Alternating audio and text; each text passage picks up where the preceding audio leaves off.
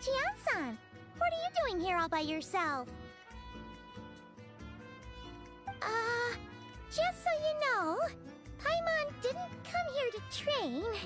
Paimon's not looking to sign up for any diet plan or bodybuilding class right now. Alright, got it. But seriously, what do you take me for? Some coach from hell? I'd never force a student into something they didn't want to do. That being said, a little aerobic exercise would probably do you some good. You could take over my patrol for a while. That would count.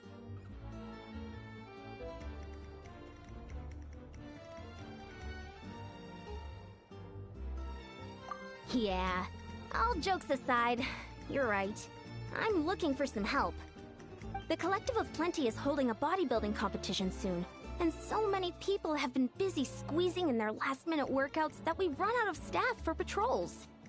Oh, so you've stepped in to cover their work. But don't you have a last-minute workout to do too? I'm good. For one thing, I believe peak conditioning can only be achieved through consistent training over a long time span. Cramming in a workout at the last minute does next to nothing for you. But more pertinently, well, as you can probably imagine, I'm not able to compete in any of the most popular weight classes, and there's no real competition in my own weight class. Yeah, that makes sense.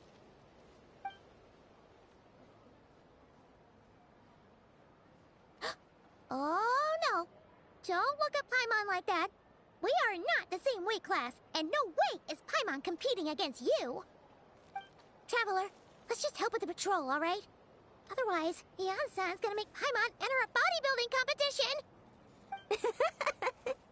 Perfect. I managed to get you on board with just one look.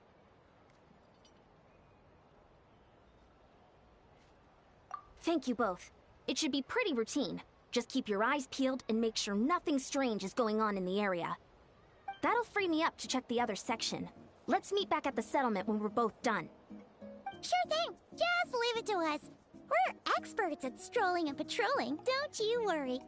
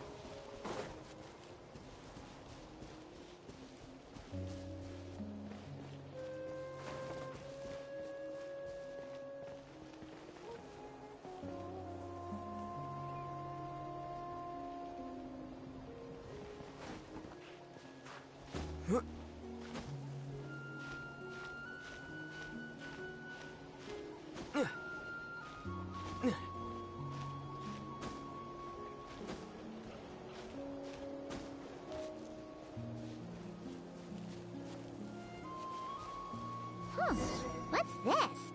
Was there always a cave here? We should go take a look, right? Seems like a thing to do on a patrol.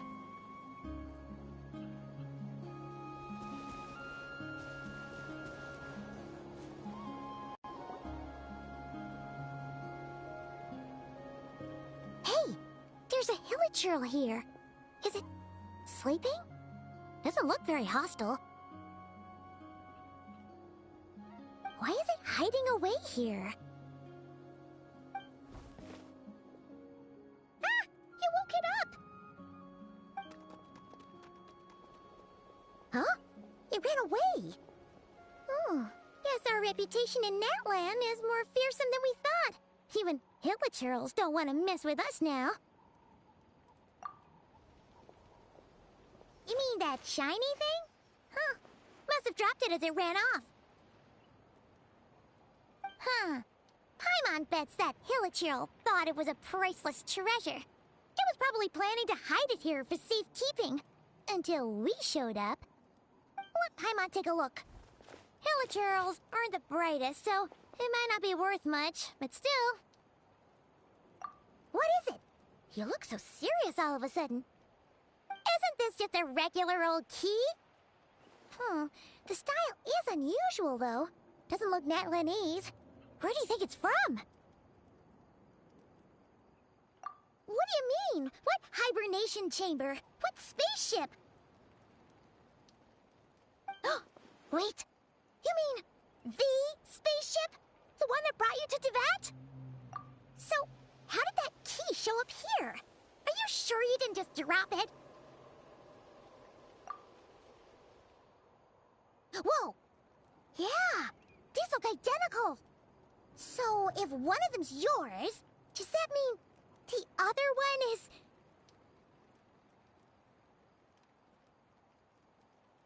Knew it! Huh! The keys to a spaceship! Huh! Somehow that really rams home the fact that you really are an actual alien. Oh, wait, no. Descender. But anyway, now we know where it came from. The question is, how did it get here? The simplest explanation is that your sister lost her key somewhere not far from here. Then that Hilichurl found it and ducked into the nearest cave to hide it. If that's true, it means you're yeah. Man, this is so crazy. We only agreed to help with the Ensemble patrol on a whim. And now we've made this bombshell discovery and found a huge lead on your sister. Should we keep following this trail while it's hot? Or do you think we should check back in with the Ansan? Ah, there you are. Looks like you went the extra mile today. Thanks for being so diligent. Oh, hey, Ian-san, what's up? Didn't think we'd see you again till we headed back to the settlement. We were actually just about to go meet up with you. We've made a huge discovery today.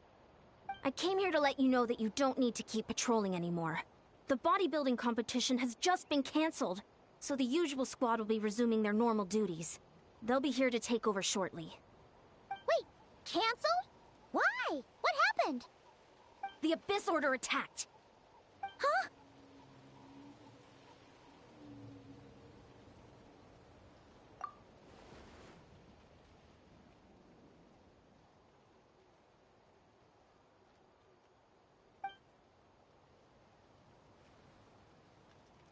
I've heard of the Abyss Order, but this is the first time I've known them to take organized action on such a large scale.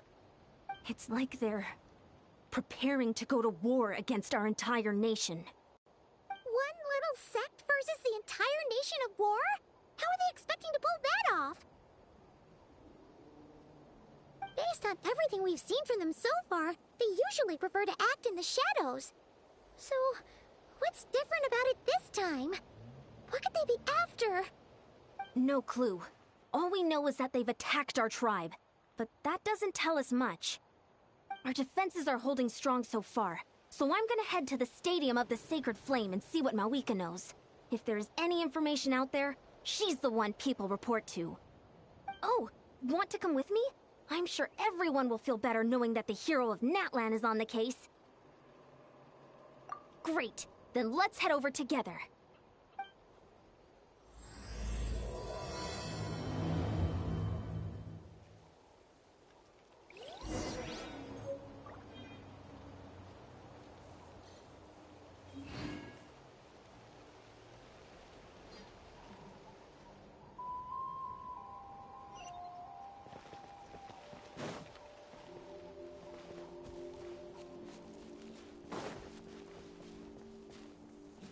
Here we go!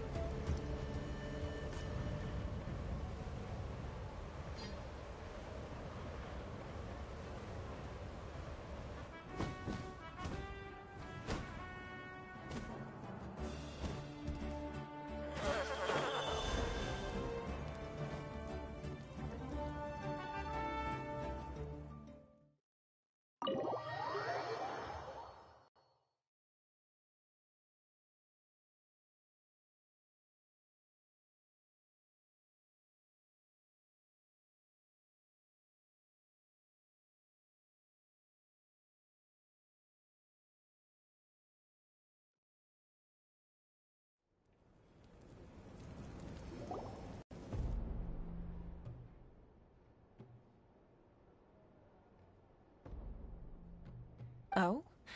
Ah, great timing, Ian-san. I was just about to send someone for you. And it's good to see the travelers with you.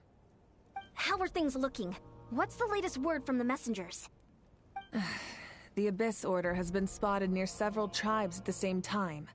Clearly, this is a coordinated strike. Also, their numbers are much higher than expected.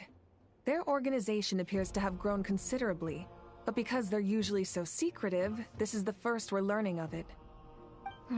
It sounds like they're throwing everything they have at us. What are they trying to achieve? That's what I'd like to know as well. Historically, Natlan has not been a hotbed of Abyss Order activity, and we have no particular quarrel with them. Could it be revenge, perhaps? Would they want to get back at us for our recent victory over the Abyss? Oh, seems unlikely. But then again, Paimon wouldn't put anything past the Abyss Order. It's too early to say anything definite. For the time being, we should continue monitoring the situation. How are the battles going? Not too many casualties, hopefully? Well, even if they're committing all their forces to the fight, they're in for a tough time. Our brave warriors have just emerged victorious from an all-out fight against the Abyss itself. Yep. We have a whole nation's worth of seasoned veterans fighting for us. Compared to the true Abyss, the Abyss Order poses a far smaller threat. They cannot endlessly replenish their forces, for starters. However, this is still a war, so we must give it our all and do our utmost to minimize casualties. The tribes are organizing their defenses as we speak. Traveler, this is one war that Natlan can handle on its own. If you wish to stay out of it, you'll be safe here at the stadium with me.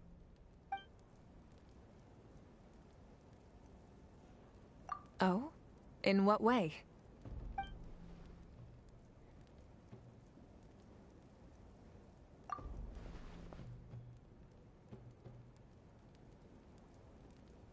Yep, that's how it is.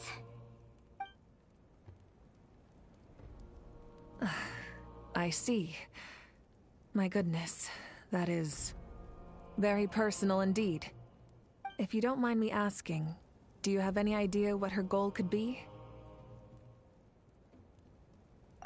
Safe to say, they're not exactly on the best terms at the moment. Ever since Paimon met the Traveler, he's been trying to track his sister down and get some answers. But she's been avoiding him. I see. So you two have fallen out. Huh. A pretty common occurrence between siblings. Well, yeah, that may be. But the stakes are a little higher where these two are involved. They certainly are. Although somehow it doesn't surprise me that a spat between the Traveler and Twin could affect the fate of the entire world. Just so I'm clear, you're still on Natlan's side, and you have no idea what your sibling is after. Is that right?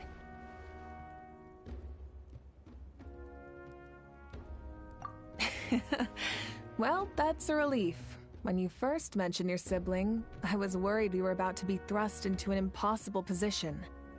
Our reports say that the Abyss Order has focused most of their efforts against the Masters of the Nightwind. If you don't plan on staying here with me, I'd recommend going there to lend them a hand. I'll join you. Right now, the Collective of Plenty isn't facing a serious threat, so we should support the other tribes. Many thanks, you two. Anything you need, send word to me right away.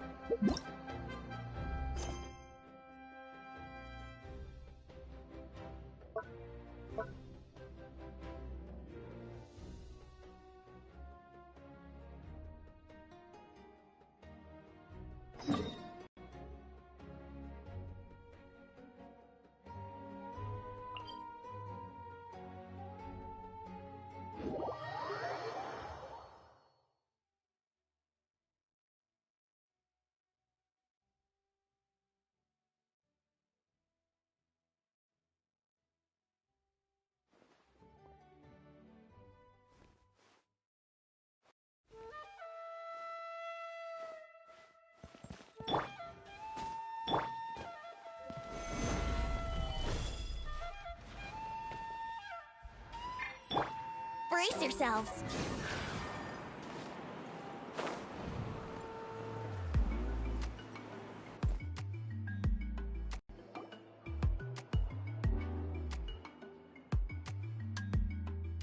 Oh, you're here. Everything's been taken care of now. I was just about to go have a rest. Well, the tribe is still discussing that. I mean, not many have ever used ancient names to commit a crime. Pakal will have a lot on his plate. What I do know is that Slisoli's workshop will be closed permanently, and any remaining incomplete Blaze Gem inscriptions will be completely destroyed. And as for the completed Blaze Gem inscriptions, I'll be handling them, which, whew, yeah, yet another hassle to deal with. Anyway, at least her ancient name is fine. Otherwise, we'd have a real mess on our hands. Oh, and speaking of ancient names, I actually have some good news. The memories that were absorbed by the Blaze Gem inscriptions can be restored to their owners. Now, once all the Blaze Gem inscriptions stop working, the memories will return to their respective owners.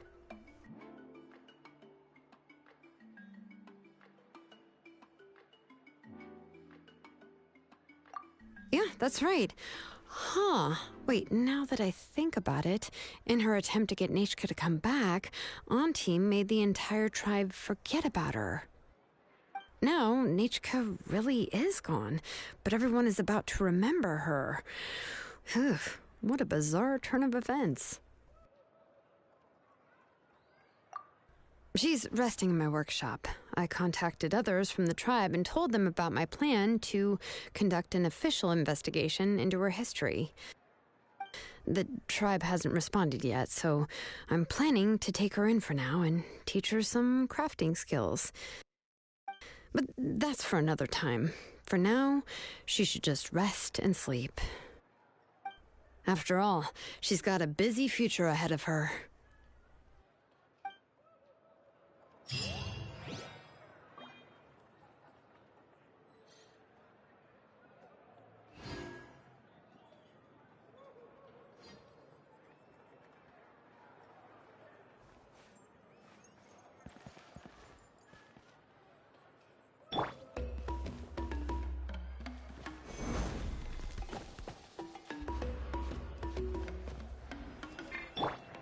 Let's play!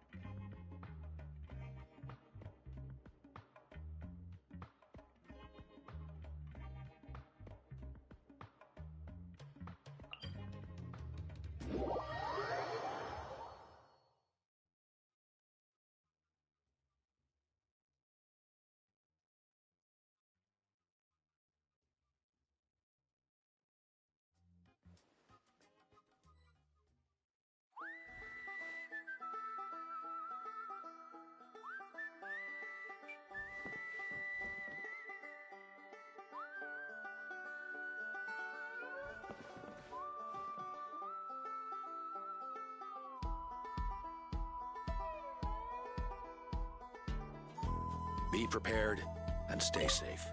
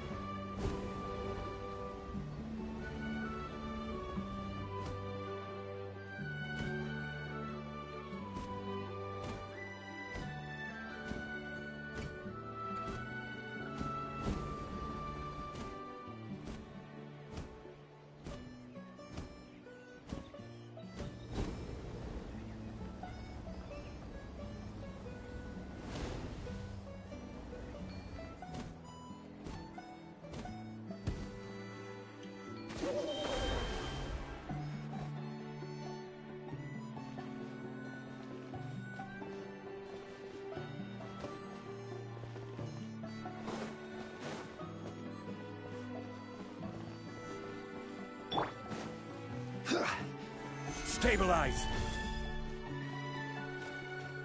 Hey! Monsters!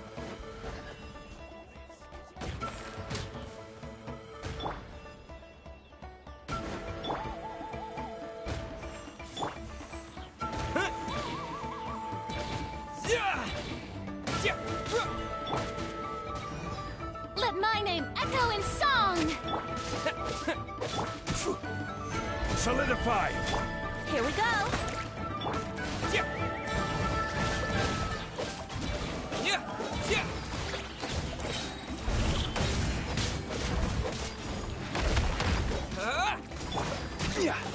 Gather! Order guide you!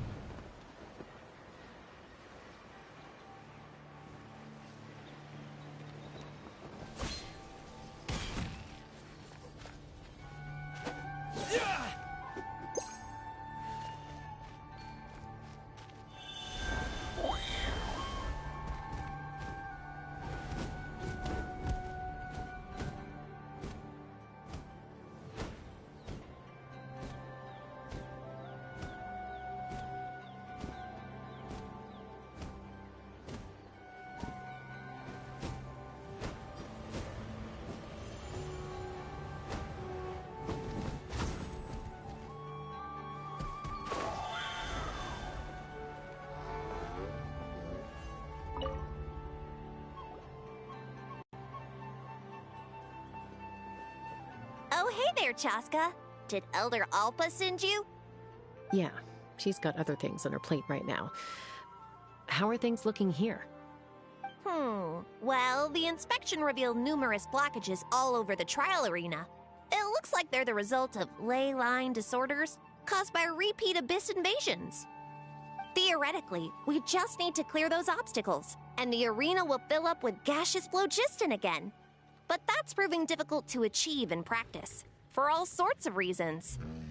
Why don't you head on down and check things out for yourself? Feel free to ask the staff for more details.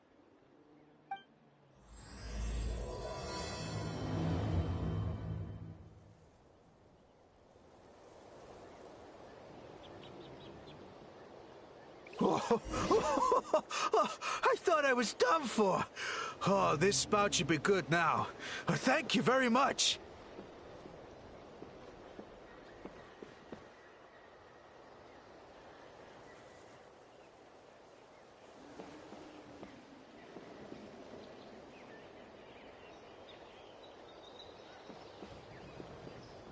Let's fly!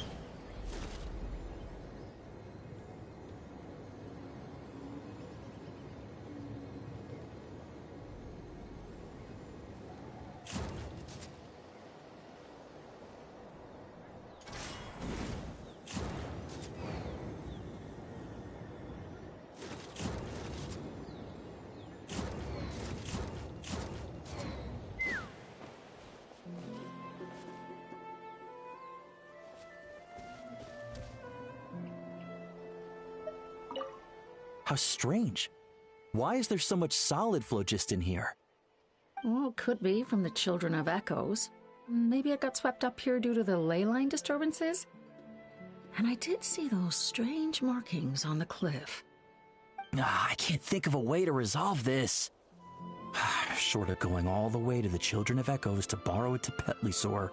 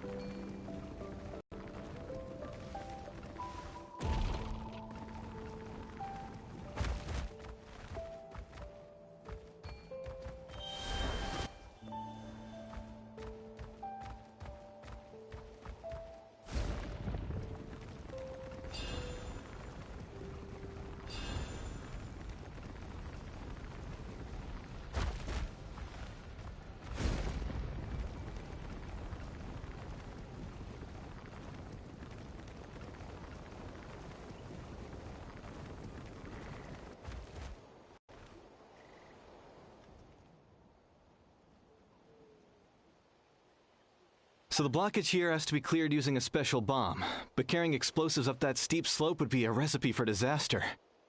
If I dropped it or slipped and fell, I'd be blown to bits in an instant.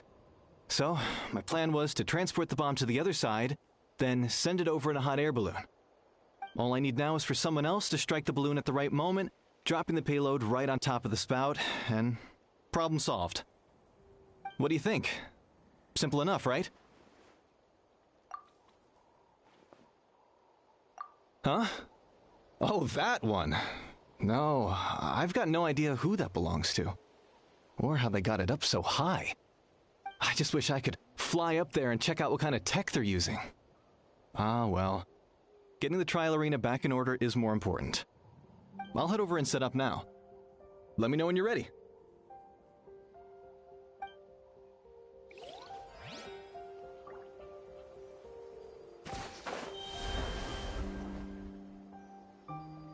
All right!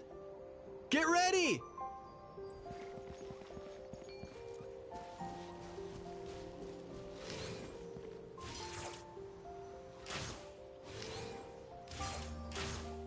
Yeah!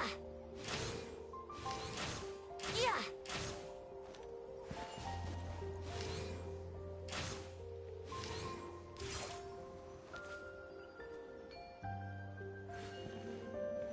All right!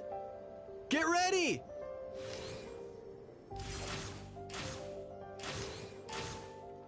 Yeah! All right! Get ready!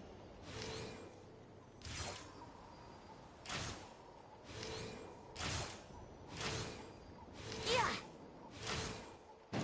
Yeah!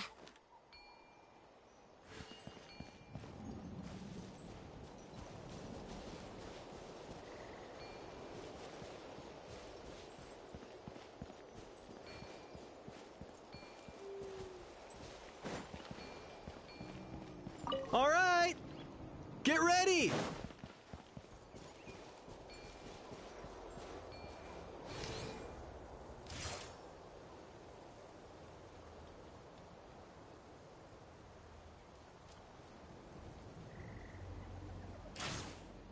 Yeah! The gaseous phlogiston is being replenished. Looks like all the spouts have been unblocked. Let's head back up.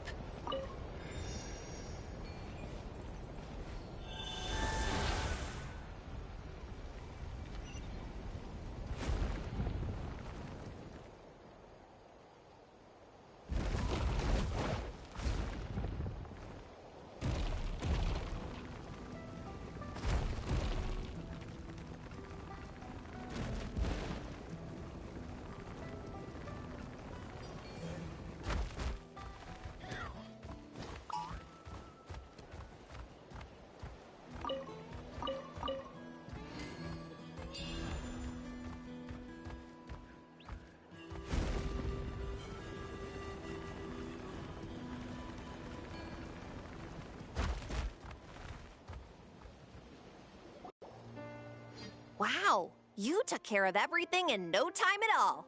Incredible work. Now we just have to wait until the gaseous phlogiston is fully replenished. Then we can kick off the retrials.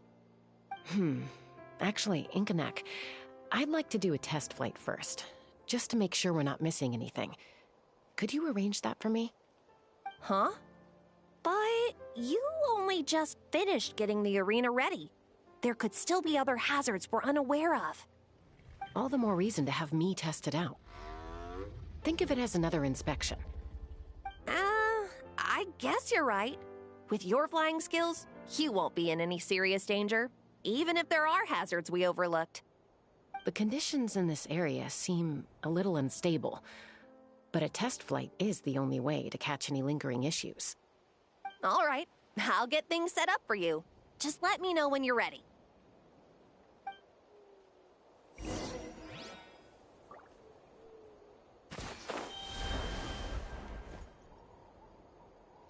Are you ready? This should be a piece of cake for Chaska, but still, try to be careful. All right, then spread your wings and fly. Take me up!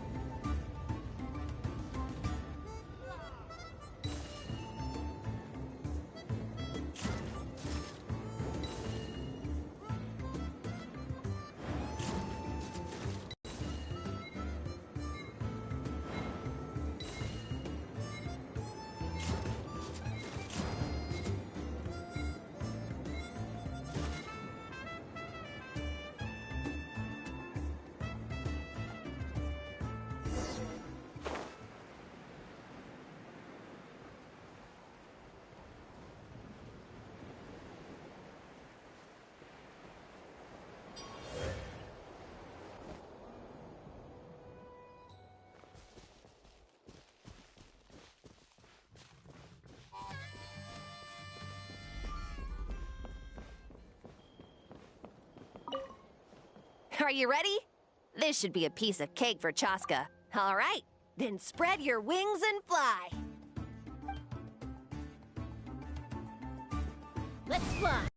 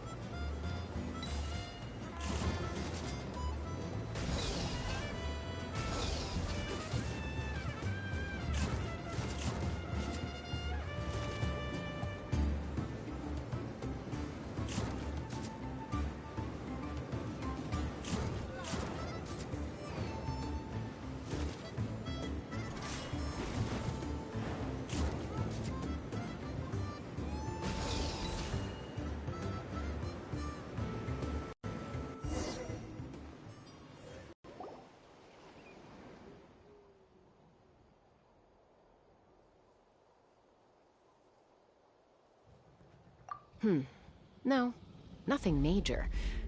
Give it a few days, and we should be able to conduct the trials. Help!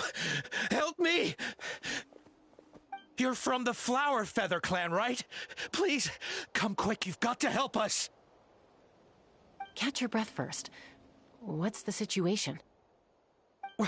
We got attacked by a Kukasaur. My friends are still stranded in the middle of the road with the goods we were transporting. Please, I'm begging you, save them! Huh? Are Kukusaurs really that aggressive? Do they usually attack groups of people unprovoked? Not in my experience, but there are exceptions to every rule. Let's go check it out.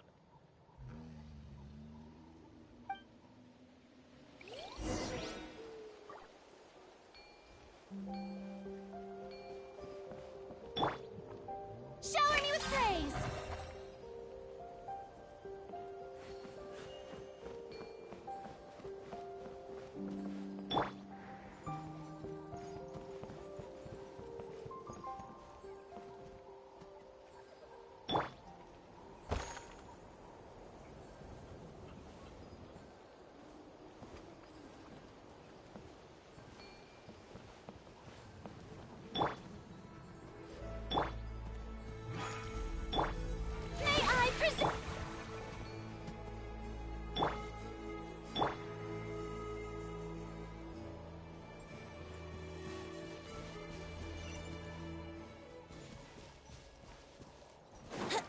Ouch! I've never seen such an aggressive Kukusaur.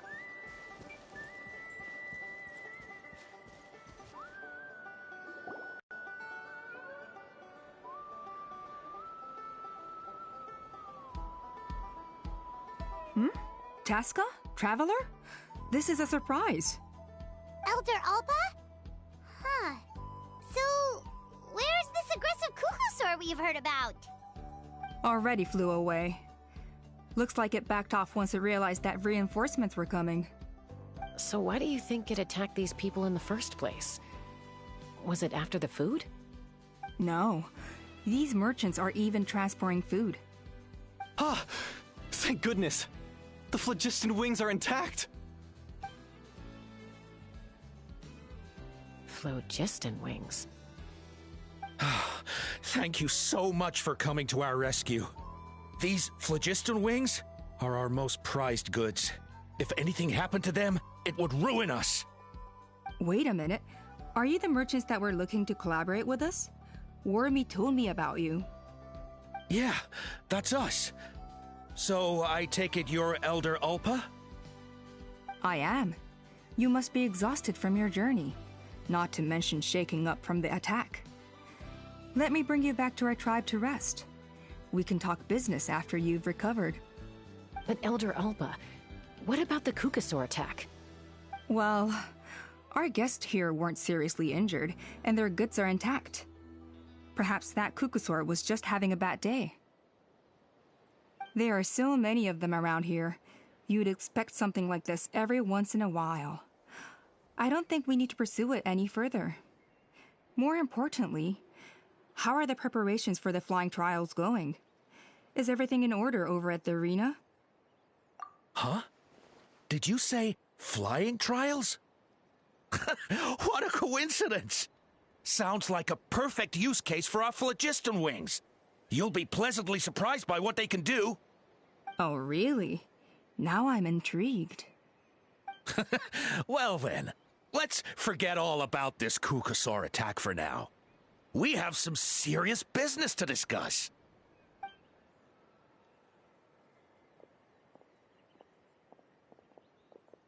Huh?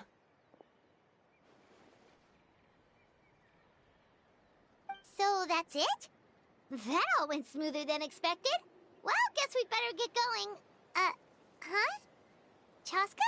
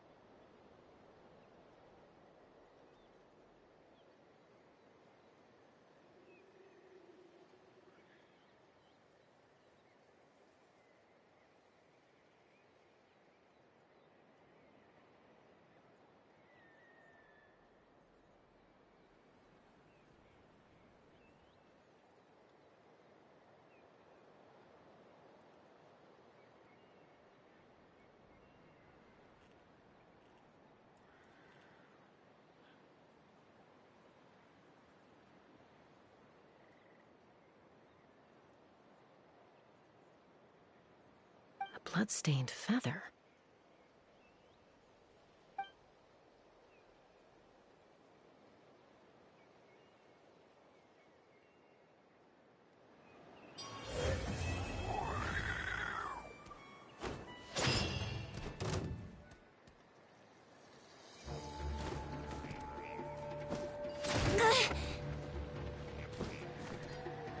Stabilize! Yahoo! Time for takeoff. What? Yeah. The Flower Feather Clan should be about ready to hold the new flying trials by now. Let's go check it out.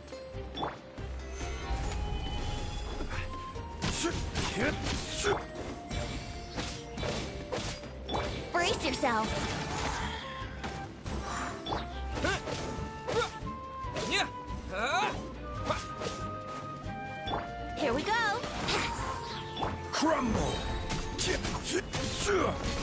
I will have order.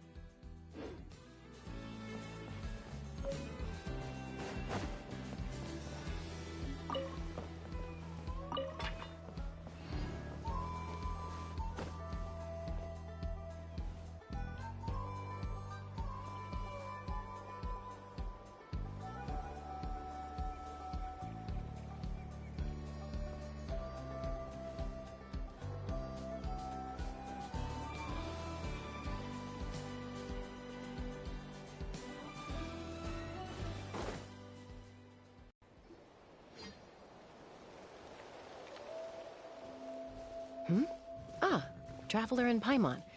You came. Yep, and it looks like we made it just in time! Although, can't say the same for the Cuckoosaurs. Bit of a low turnout, huh? Yeah, you'll see why soon enough. All right, get ready. 3, 2, 1, fly! Whoa! We're really flying! I feel light as a feather. I'm flying without a Cuckoosaur. These phlogiston wings are awesome! What's going on? Paimon can barely believe her eyes. How did they fly all on their own? The merchants we ran into that day were selling a product called phlogiston wings. It's a flying machine worn on the back. To operate it, you just use a handheld trackball that controls the flow of gaseous phlogiston. That's incredible. Yeah. If our tribe, if Natlan mass adopted this technology, it would revolutionize our mobility and responsiveness in times of crisis. Just think of the countless tragedies that could be averted. I feel like I'm dreaming. Did I really just fly on my own without the help of a Cuckoosaur? You'd better believe it! Plus, you just passed a flying trial! Right, Elder Alba? Elder Alpa? Should this really count as a pass? If we did the trial using phlogiston wings? Why not? The scoring rubric is about flying performance. It doesn't specifically say you have to ride a Cuckoosaur, does it? Yeah, maybe, but... I mean, even Chaska had to ride a Cuckoosaur in a trial, right? And the whole point of the trial is to test both your flying technique and your ability to work with a Saurian companion. Well, if we can fly by ourselves, maybe we don't need to test the ladder anymore. Chaska, Traveler, what are your thoughts on this new invention?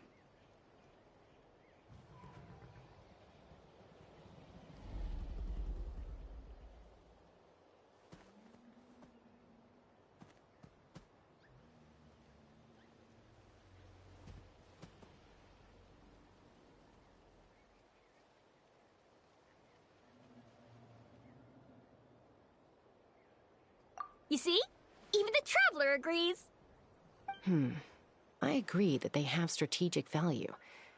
But I don't think it makes any sense to evaluate candidates by the current testing standards if they're using phlogiston wings. Why? Shunan finally mustered the courage to go through with this. And now you're saying it doesn't count? I don't have any experience using these wings in battle, nor is it immediately obvious how to incorporate them into the existing systems in our tribe. Taking a longer-term perspective, I think we need to start by getting thoroughly acquainted with how these things work. Then we can develop a new trial format with new assessment criteria, tailored to candidates using the phlogiston wings. You all raise valid points. But Chaska, while your proposal sounds perfectly reasonable, it would probably take years to put it into practice. We lost so many people in that war. These phlogiston wings could be exactly what we need to strengthen our forces and boost morale in this trying time. And as for real-world battle experience, there will be plenty of opportunities to gain that. I have high hopes for you, Junon. Huh? Hey, stop staring into space! Say thank you! Oh, thank you. Thank you, Elder Alpa. You have nothing to thank me for. Remember, the way you got your wings back was by relying on yourself. Oh, Elder Alpa! Bad news! Kukasaurs are attacking the merchants again! Again? Okay, everyone, stay put while I... Huh? Chaska?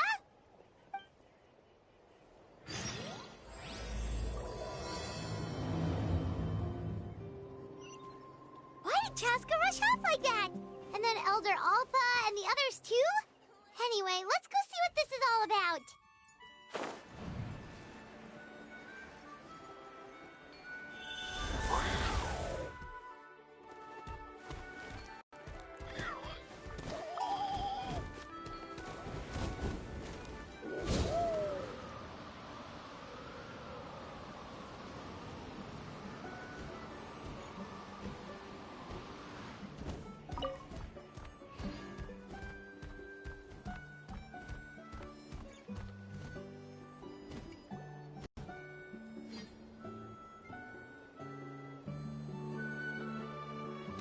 Oh, it's back! It found us again! Run! Get out of here!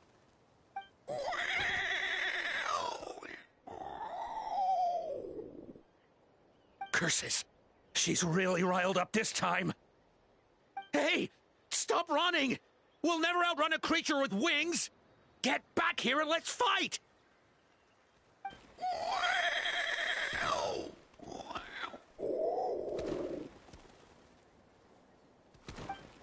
Stop! All of you!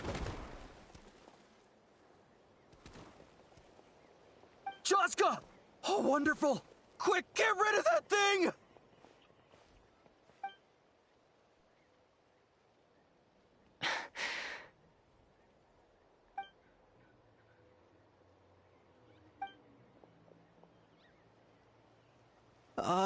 What's going on? Why isn't she doing anything? So it really is you, sister. Wait, sister? That Kukusaur is Chaska's sister?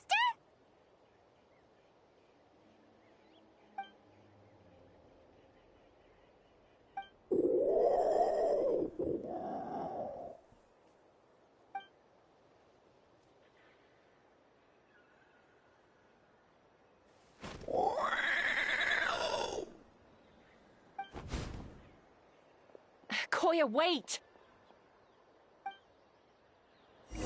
Is Chaska gonna be okay? Should we go check on her?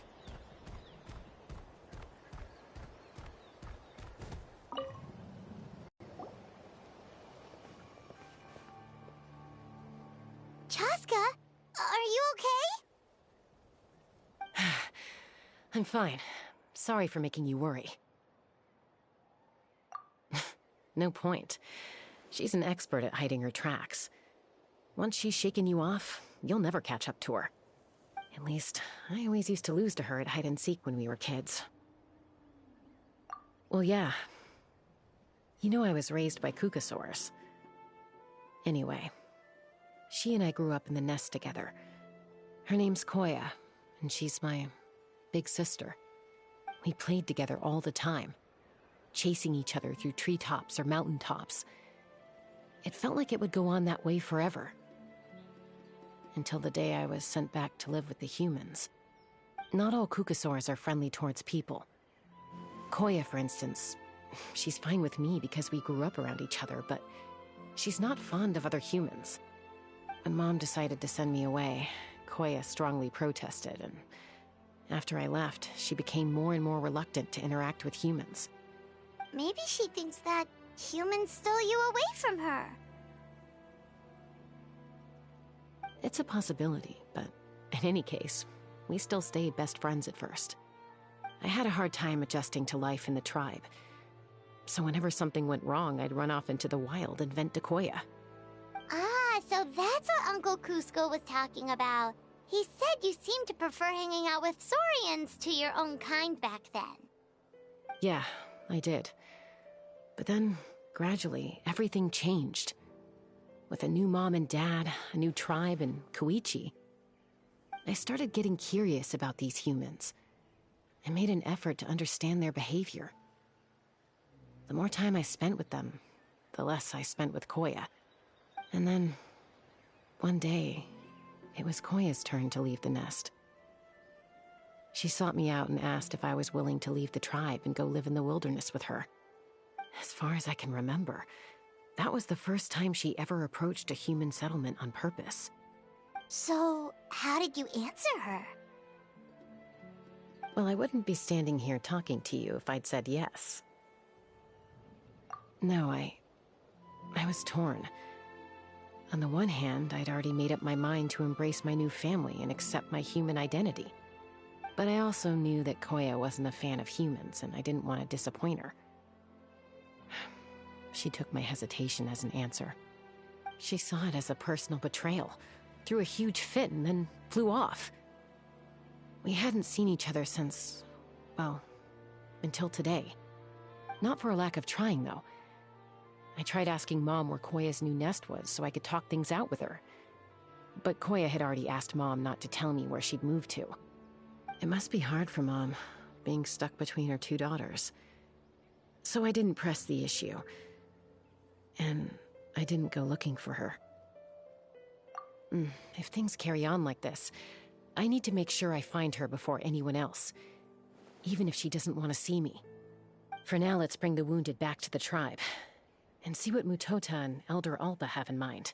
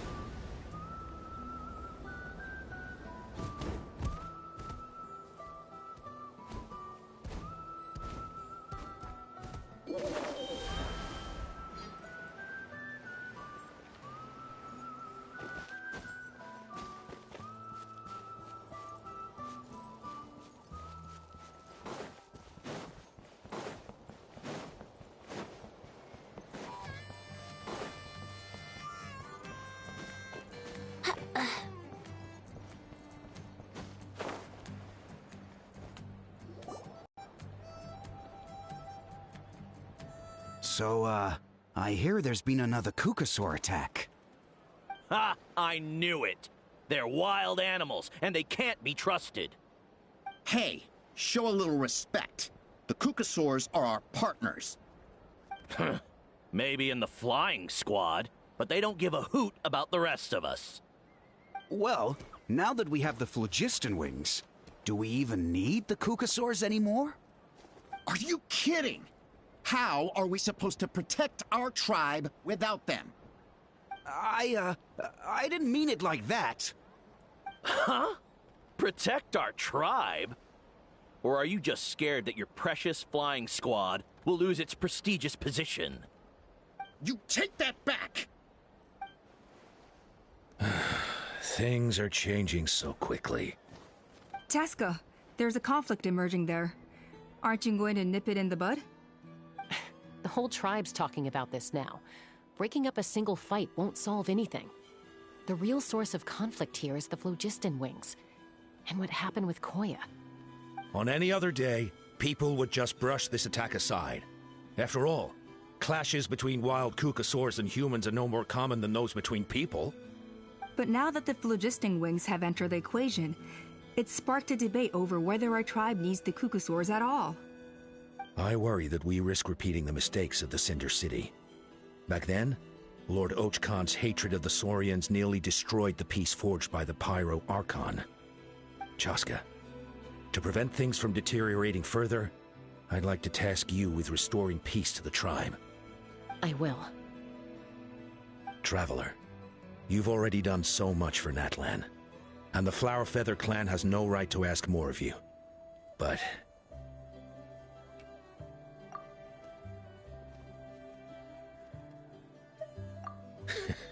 looks like I was making a mountain out of a molehill. And don't forget about Paimon! Just leave this to us! This whole situation has unfolded so quickly that it's put us on a back foot.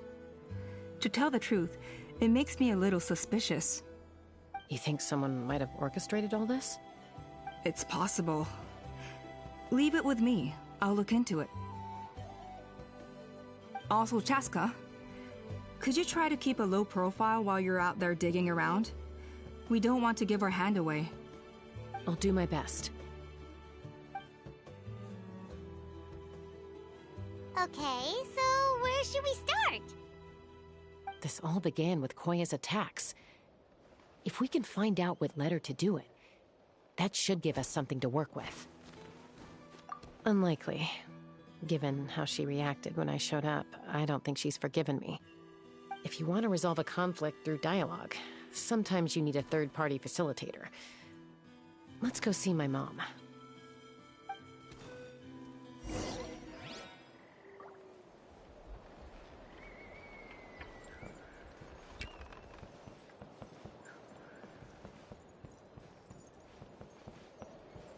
Wouldn't gliding be faster? Here we go!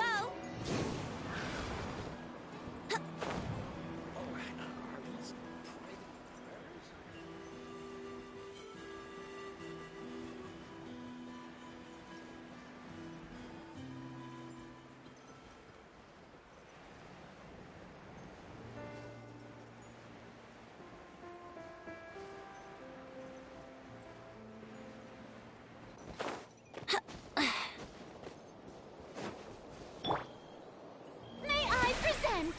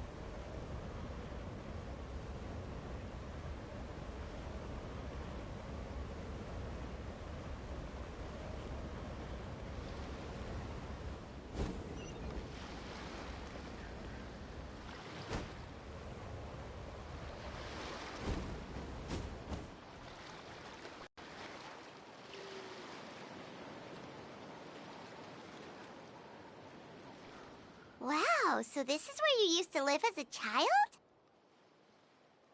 Mm-hmm.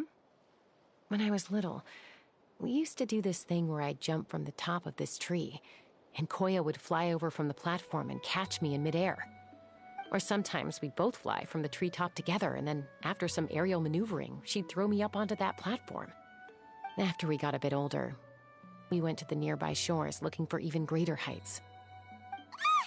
Stop! You're gonna give Paimon a heart attack! Oh, really? I just thought it made a fun story. Then I'll share more with you when there's time. Anyway, back to the matter at hand.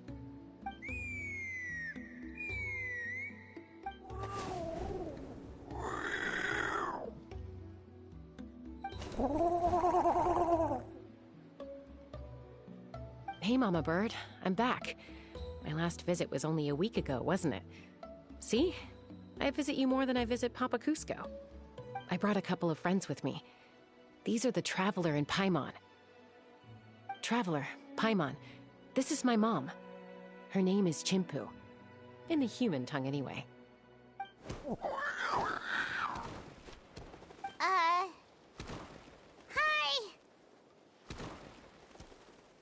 No, not really. I don't speak it as such, but I can sort of get the gist. Although only with Mom and Koya, since I spent my formative years with them. Even then, it's basically a best guess based on their sounds, body language, and expressions. Seems to work about 9 times out of 10, anyway. As for whether Mom understands me, I can't always tell. But somehow we still manage to communicate. Call it the family bond, I guess.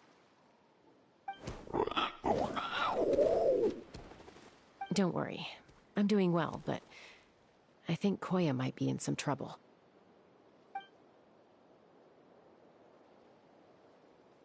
I know she's never been a fan of humans, but she's never deliberately attacked them before either. What's behind this sudden change?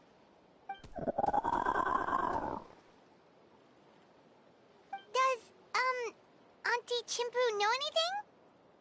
Doesn't look like it. Koya hasn't visited her in a long time. Then, could you please tell me where she's living nowadays? I really need to talk to her. If this animosity between her and the tribe continues, then the next time there's an incident, I don't know if I'll make it there in time.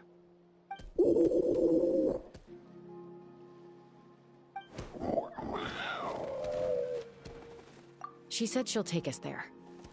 Thank you, Mom.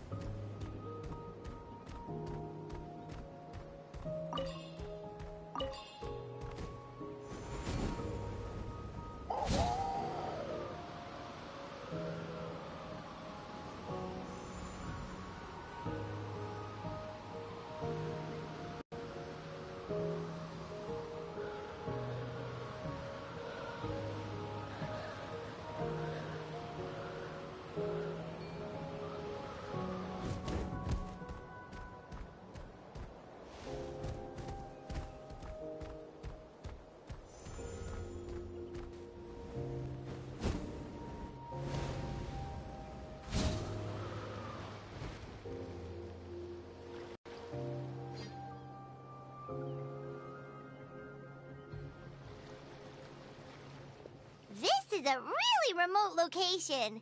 Guess she was trying to get as far away from humans as possible.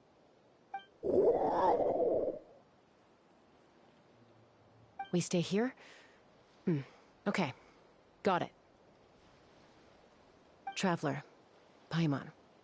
Mom says we should stay out of sight for now. She'll talk to Koya first. Koya is very hostile toward humans right now. So if we show up unannounced, it might just make things worse.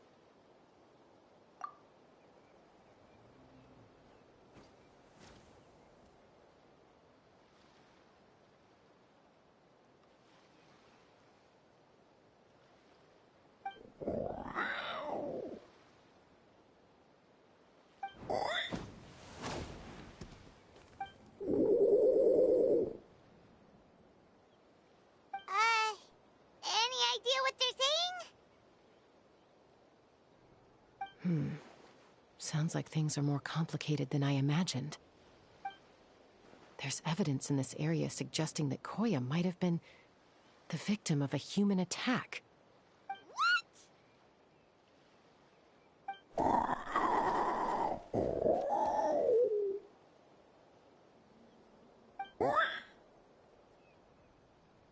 No!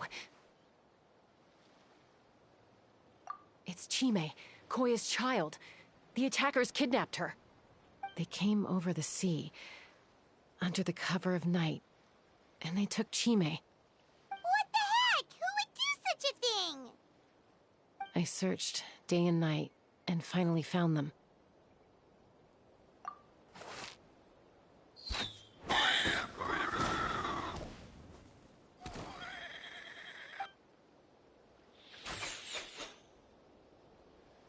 Oh, yeah! T'Pol's contraption is working like a charm! Got her in one! Hey, there's another one! Wait, is that the one that got away last time? Who cares? Just get them all! T'Pol pays us per catch.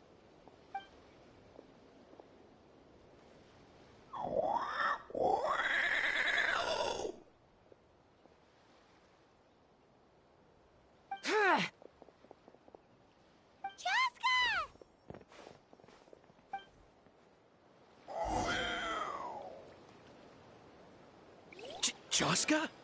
How'd you get here? Quick, stop her! Don't you even think about running away!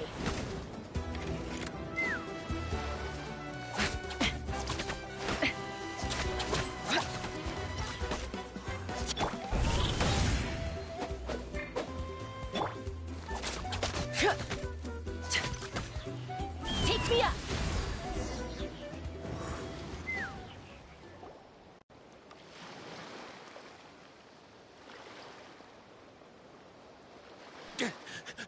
Don't come any closer, or I'll... Go, Phlogiston Wings! Take me out of here! Uh-oh, looks like it malfunctioned. This is bad. Mom and Koya are already injured. And if that thing explodes right next to them... Help!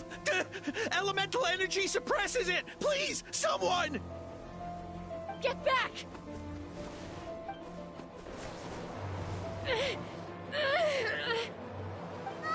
It's still going, and it's getting worse. Guess we need a more permanent solution. All right, then.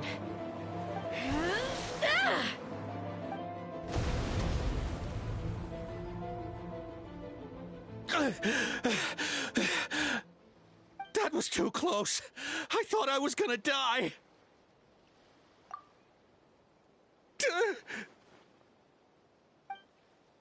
Answer us honestly. Were you the ones who attacked Koya before?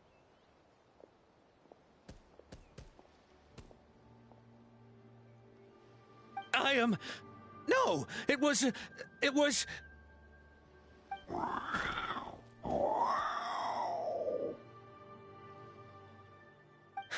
Well, she says it was you. Just tell me, who sent you here? It was T'Pol. He told us to catch all the wild Kukasaurs we can find. And he also said that this Kukasaur has become a thorn in his side, so it needs dealing with urgently. T'Pol? Huh. Sounds familiar. But where from? Well, he tends to send his orders in writing. He pretty much never communicates with us in person. When he does, he wears a mask to hide his face. And whenever we trade Kukasaurs for phlogiston wings, we deal with his henchmen. So you didn't even make those wings?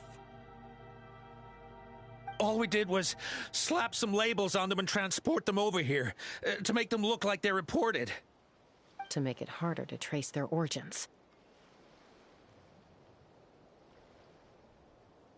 I don't know, honest! Well, that's mighty convenient, huh? What about if I held a gun to your head? Would that change your answer? No need. I'm sorry. I'll tell you everything I know. T'Pol doesn't tell us much, but he always stresses that he wants them alive. So that gives us some clues. This is just a best guess, of course, but we suspect that the gaseous phlogiston stored in the trackballs is drawn directly from the Kukasaurs. What?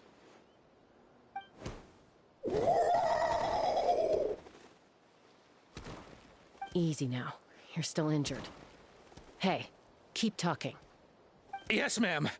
So, the gaseous phlogiston has to be highly refined in order to power the phlogiston wings.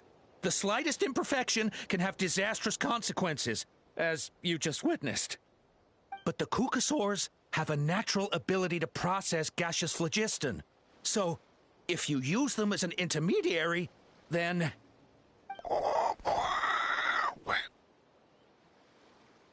That's enough. So the Kukasaurs you took, where are they now? T'Pol should have them. But no one knows where he's based, apart from him and his henchmen. We've tried looking for it ourselves, even followed them a few times. But we always end up losing track of them. Random thought.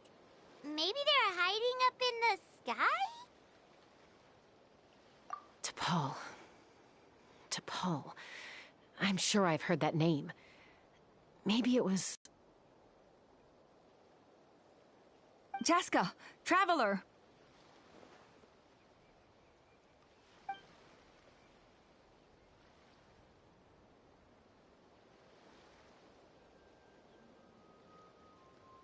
That voice! It's Alpa!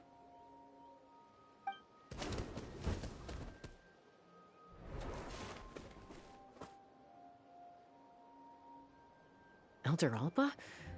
What brings you all the way out here? Well, I was patrolling nearby when I heard the sound of an explosion. What's going on?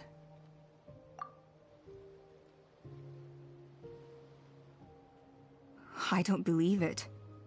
Elder Alba, does the name T'Pol ring a bell to you? I feel like I've seen it written down before. Maybe in a list of candidates for the flying trials?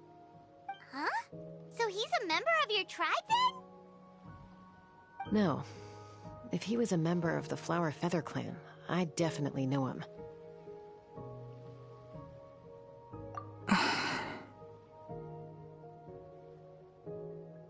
Now that you mention it, I do remember a young man from outside our tribe who came to participate in our flying trials once. You were away on a mission at the time, which is probably why you don't remember him.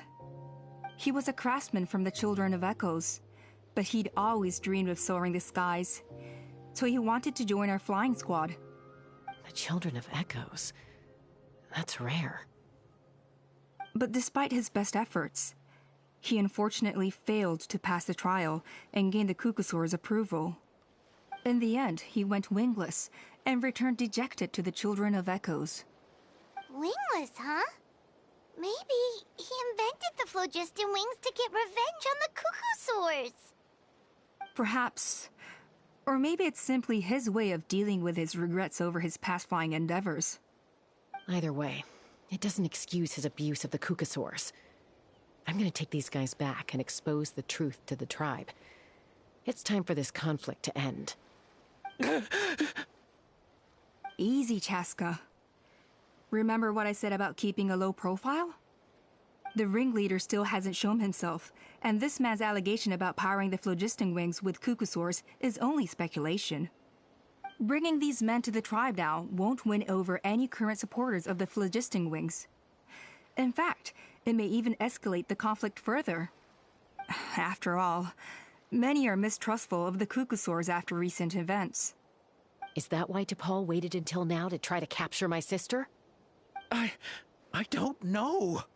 I mean, he did tell us to spread negative rumors about the cucosaurs and slip some Mora to anyone opposed to them, but... But Koya only attacked humans because they stole her child! Nevertheless, we will be hard-pressed to change people's minds while emotions are running high. Unless we have irrefutable evidence. Bravo! My thoughts exactly. In the meantime, leave these men with me. I'll escort them back to the tribe. I'll take the other members of their crew into custody, too. They won't get another chance to stir up trouble. Fair enough. I guess finding T'Pol is going to be the key to resolving this conflict. Let's hope the Children of Echoes have some info on him.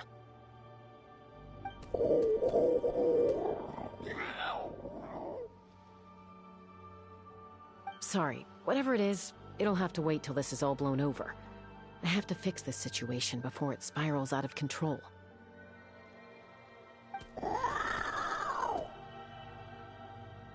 Mom, Sis, rest up and get well soon. I gotta fly.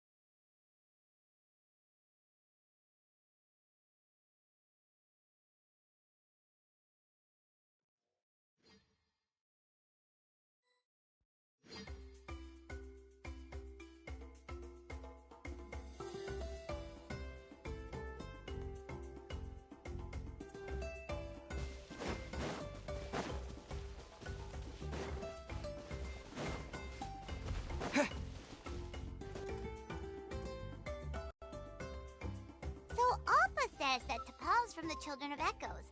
But how do we track him down? Just ask around until we find him? Let's start by talking to someone we know. It'll be faster that way. At this time and place, I'll bet the easiest person to find is... Wakey, wakey, Shilonen! Oh, it's you. Okay, give me a second. I'll come down.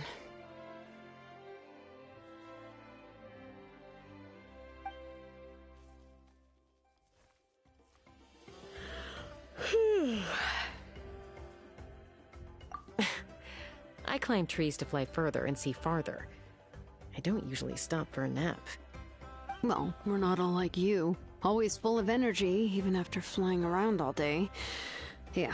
So, you've come all this way and interrupted my precious nap time. Might I inquire as to, why? I'm sorry, Shilonen, but it couldn't wait. Does the name T'Pol mean anything to you? He's a craftsman, apparently. Huh. T'Pol. Yeah, that rings a bell. I think that's Puma's child.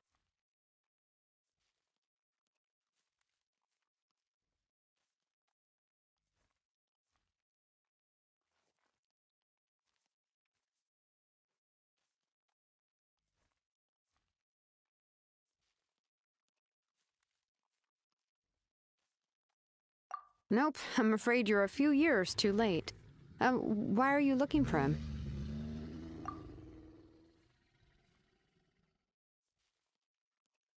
Huh, phlogiston wings.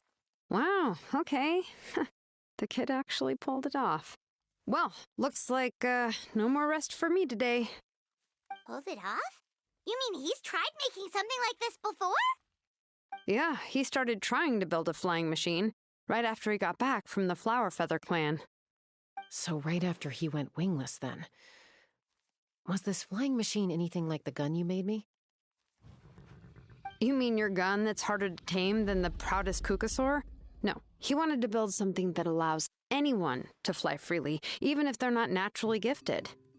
But he never got very far back then, though. Blew up his workshop a few times and barely made it out alive. I never really kept up with him after that. His parents traveled a lot in their youth and only returned to the tribe after he was born. But they settled in a remote area and don't interact with other people much. Which means most people in the tribe don't know them very well. Your best bet is to chat to his direct family. I'll go get Puma. Wait for me in front of the workshop. I won't be long.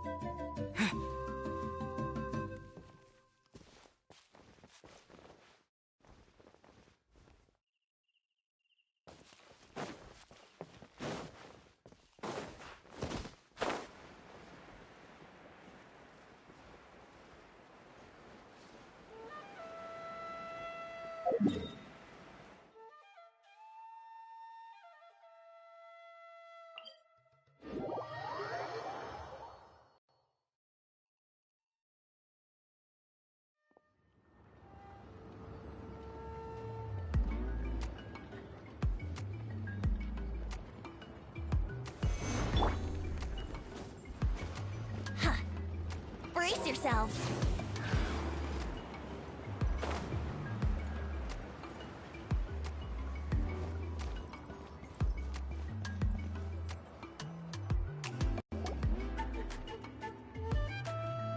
I'm back. Allow me to introduce T'Pol's mother, Puma. Hello, Oh, save the pleasantries. I don't want to spend any longer talking about that boy than I have to. Huh? I disowned him long ago. He is no child of mine. All he cared about was his pipe dream of reaching the sky. Oh, we tried to talk sense into him, but he was obsessed. And then when he left us, he spouted some nonsense about building a workshop in the sky to avoid the constant criticism of us ground dwellers. He left his notebook behind. Whatever questions you have, you can look for them in there. I am done talking about him. He's no son of mine. He never called me Mom anyhow.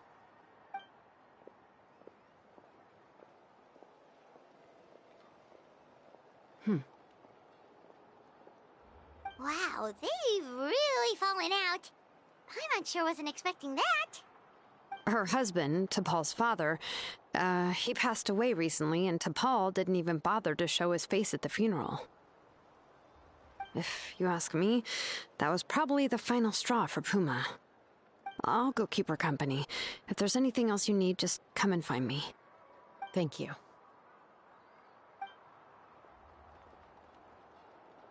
Okay, so this notebook is the only lead we got now, right? What's in there?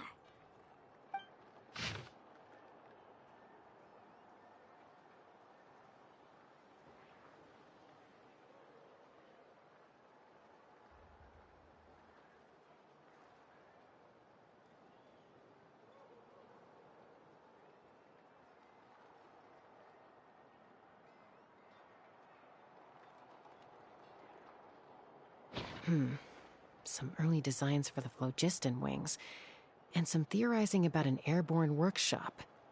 Natlan, the Cinder City. Looks like that's where he got his technological inspiration from. So, was he serious about the workshop in the sky? But that's such a big project for one person. Do we think he actually pulled it off?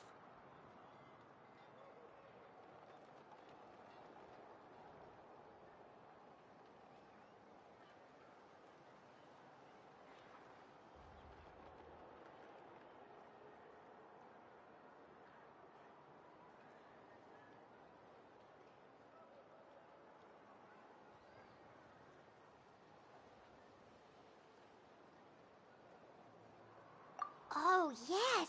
The one from the trial arena that was super high up! That balloon has been there for a while, and everyone's been wondering how it got up there, but what if that's the wrong question? What if it started off even higher up, above the clouds and out of view, and it only descended to its current height due to some kind of malfunction?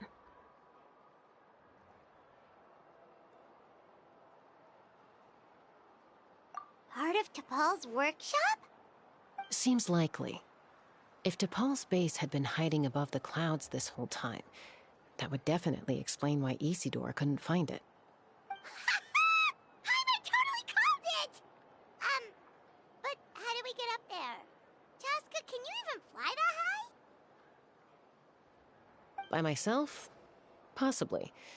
But with a passenger, no chance. I doubt even phlogiston wings could take you up that high. At least, not without that relic T'Pol mentioned in his notebook. Yeah, and he's probably holding on to it. We'll have to find another way.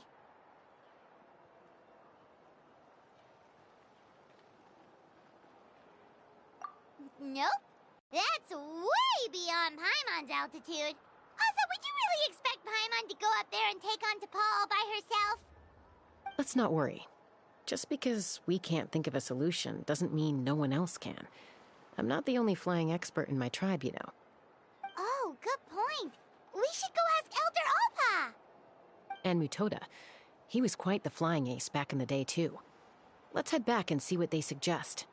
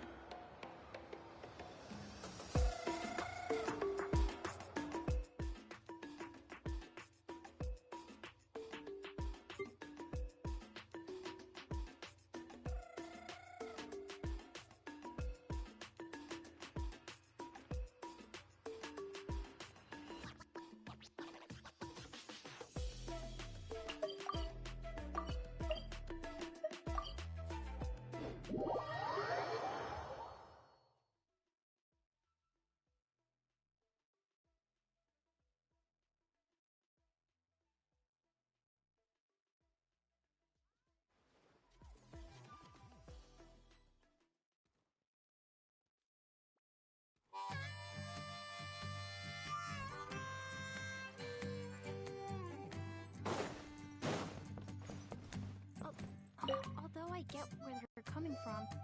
Chaska, you're finally back. Things are getting really tense in the tribe. Have you made any headway with your investigation? Some people even think we arrested the merchants just to support the flying squad and crack down on the phlogiston wings.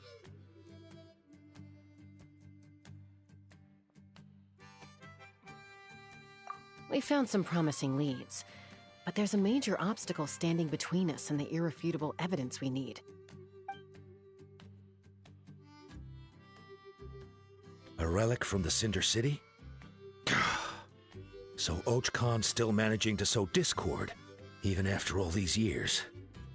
An airborne workshop and a hot air balloon above the trial arena. And that's where you're trying to get to now? Neither phlogiston wings nor a cuckoosaur can take you that high up. Do you really think that's where T'Pol is hiding? You know what? There might just be a way. Really? Do you still remember those spouts in the arena? When they were all blocked, the gaseous phlogiston was trapped and unable to flow. But now, it's flowing freely. If we were to block them up again... You mean All of them except the one at the very top of the arena? To build up the pressure there. Precisely. With all the gaseous phlogiston flowing through one spout, it would create a high-pressure wind current. And then we just ride it up into the sky! Yes, it has its risks, but with Chaska's abilities, I think she could manage it. It's an extremely risky approach, but I agree that it's feasible. If you want to give it a try, check with Inkanak at the trial grounds. She can explain how to block the spouts. Chaska, if anyone has a hope of seizing this evidence from the high heavens, it is you.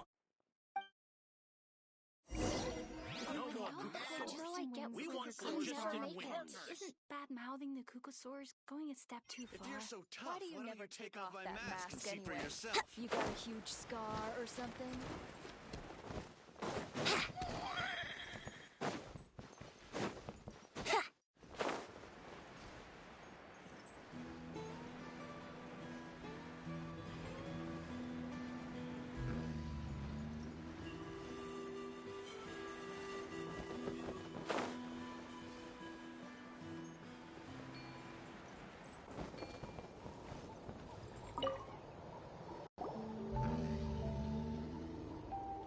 Goodness me, that is a very bold idea.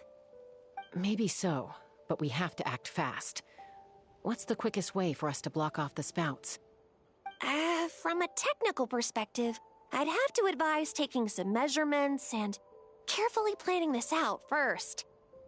But I'm guessing that's not what you want to hear. Then we'll have to take the rough and ready approach. See the solid phlogiston over there?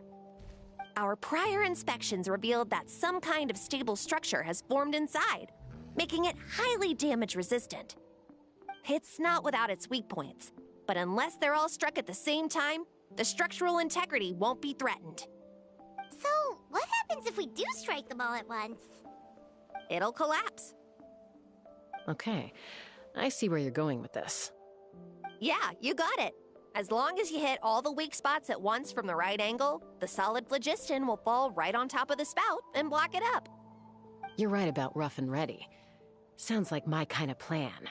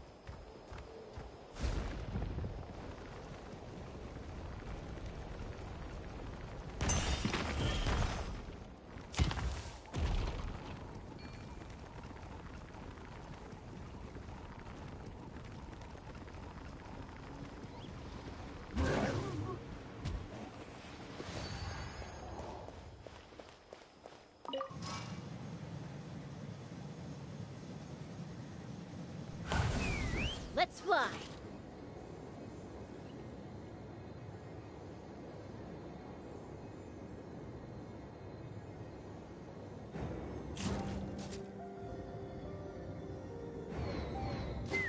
Look! There's a chunk of solid phlogiston right over that spout!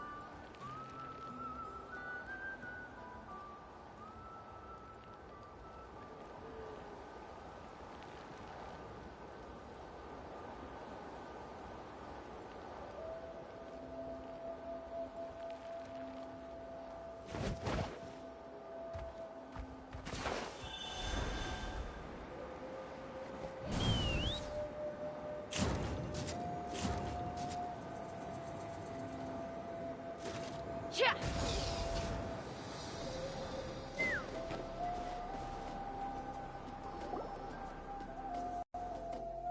It actually worked!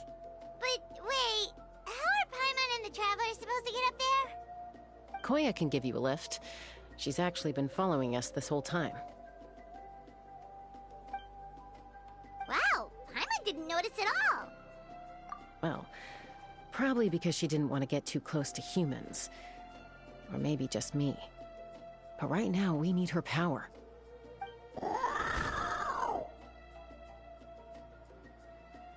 Whoa, you didn't even have to summon her!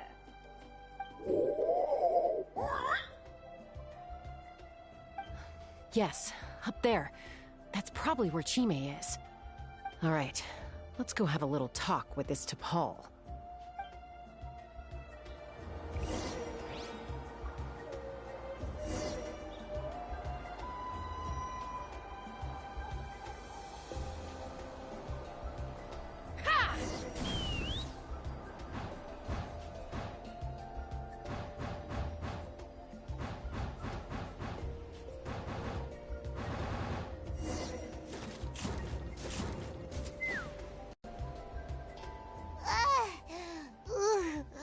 Haven't ever flown that fast before. Aha. Just as I thought. It might look like a regular hot air balloon from the outside, but up close, it's clearly been heavily remodeled. And sure enough, it only descended below the cloud line because the custom-built machinery malfunctioned. I should be able to figure it out with T'Pol's notebook. Thankfully, I know a little DIY from fixing up my guns when they're having issues.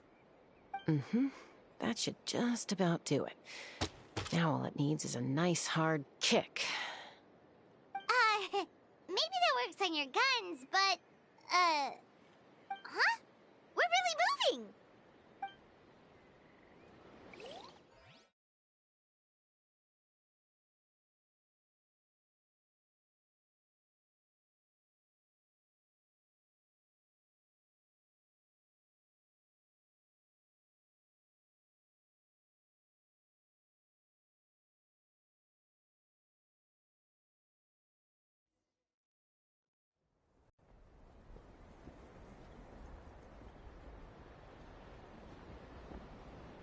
Here it is! The workshop in the sky! Oh, you gotta see it to believe it. Makes you wonder why T'Pol even bothers with phlogiston wings when he has tech like this. Well, according to the notebook, the platform beneath us runs on components from the Cinder City. Those can't be mass-produced. Also, I have some doubts about its mobility after seeing how it moved just now. For someone like T'Pol who dreams of flying freely, this definitely doesn't cut it. But if he's got that relic, he should be able to make a set of prototype wings for himself, right? Why bother making a whole flying workshop so he can mass-produce them?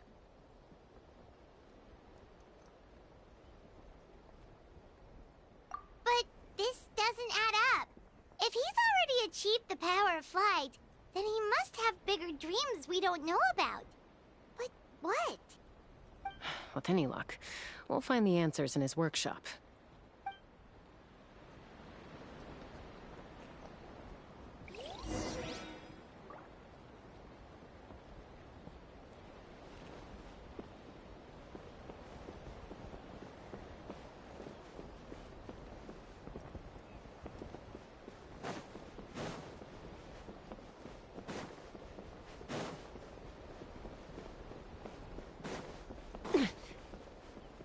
Let's fly.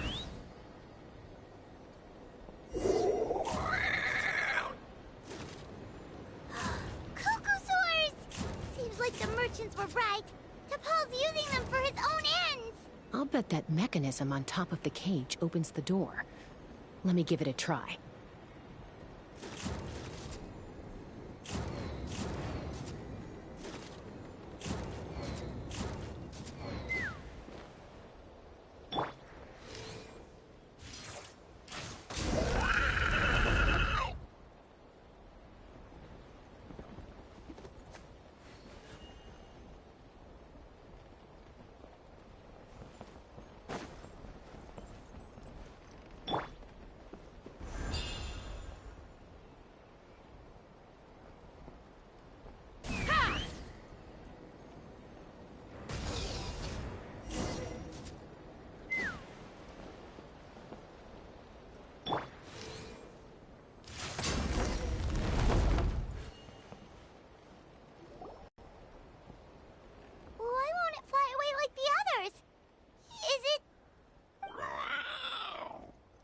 She's still breathing, but barely. By the looks of it, T'Pol was using these cages to extract phlogiston from the Kukasaurs. Once a Kukasaur is drained of phlogiston, it becomes too weak to move. We'll have to come back for these ones after dealing with T'Pol.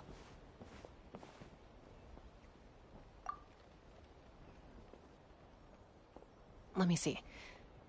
Looks like a record of his phlogiston research. Log number 330. With the support of... I was finally able to launch the airborne workshop. Even though it relies on the relic for 80% of its power supply, I've at least taken the first step. Log number 348. Research on the relic is progressing well. I should be able to replicate the technology and scale up production very soon. Has proposed a name for this groundbreaking invention: the phlogiston wings. I think I'm getting close. Soon I will achieve my dreams. Log number 377. Encountered some issues with the new smaller model phlogiston wings. The gaseous phlogiston showed some volatility during the refinement process. Thinks we should proceed at a more cautious pace with the refinement experiments.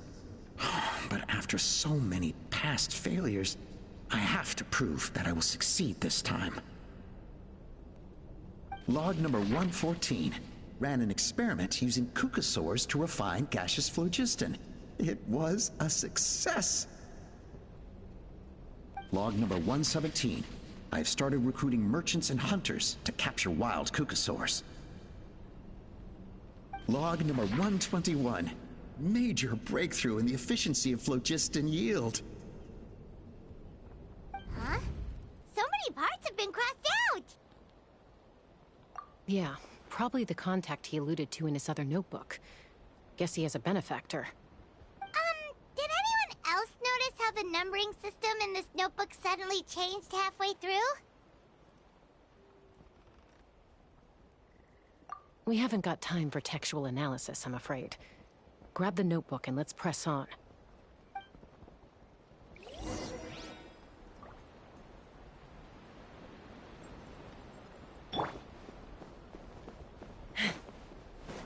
Huh. Never seen one of these before. Looks like this was built with the Cinder City components, too. You're not thinking of giving it a nice hard kick, are you?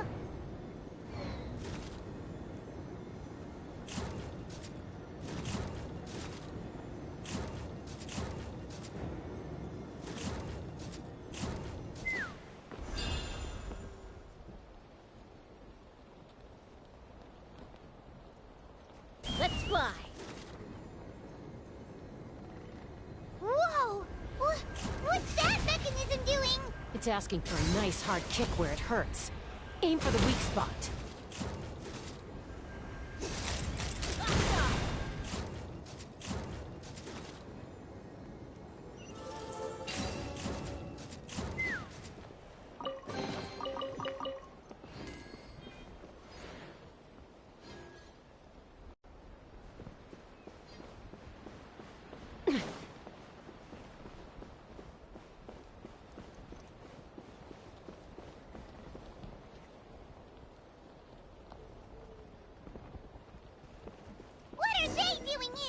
It's T'Pol's henchman. He must have brought them here using the relic in his prototype wings. Watch out!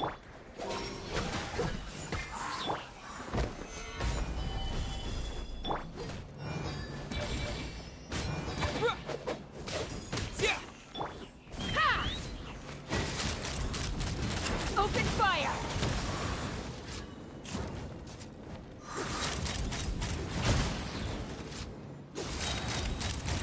Bullseye!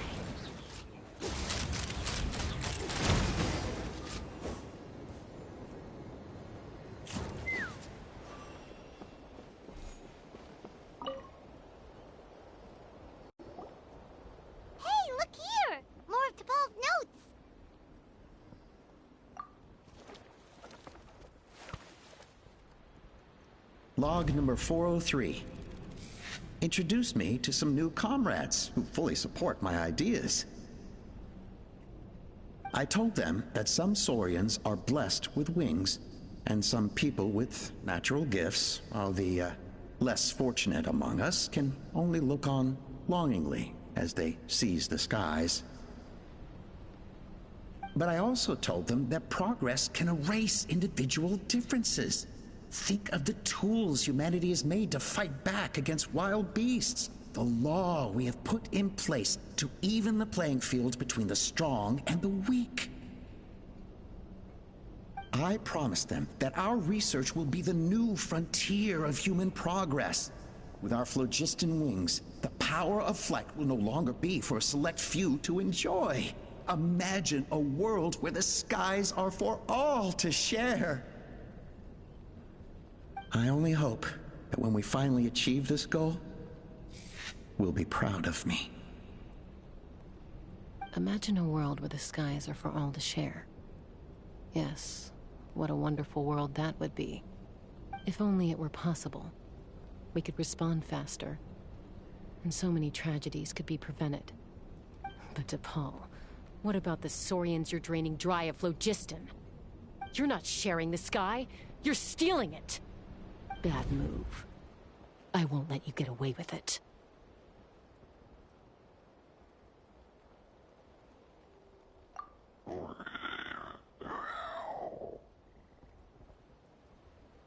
I'm fine. Let's keep moving. I don't think we'll find anything else here.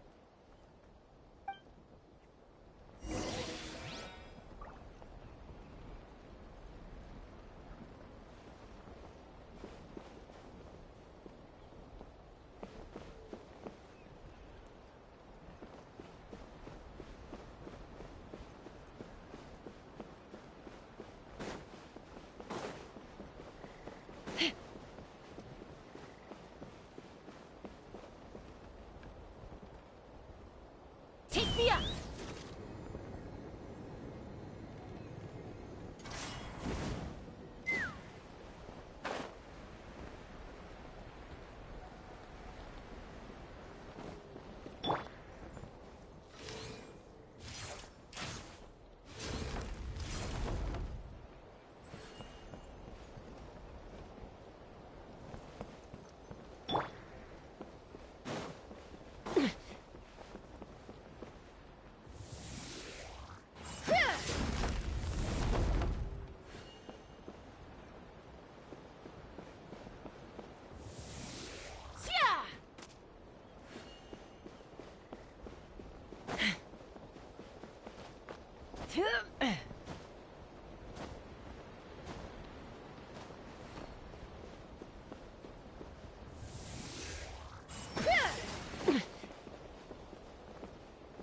Let's fly.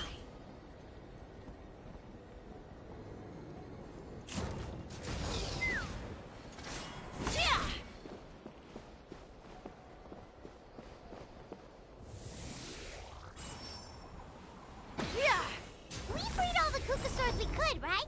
Oh, that's a huge win already! Go us!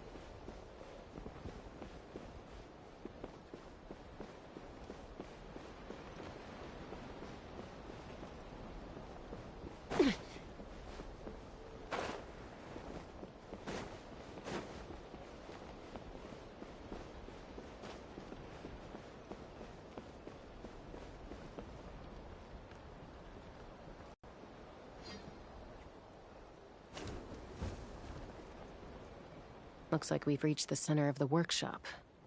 And still no sign of Koya's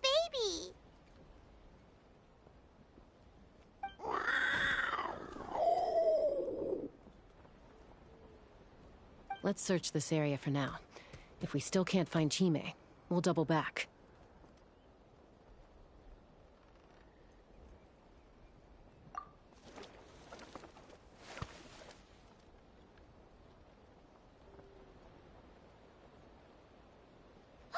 Tosca, Traveler, come quick! What is it? Did you find Chime? Not yet, but look! It's another one of T'Pol's notebooks! All right.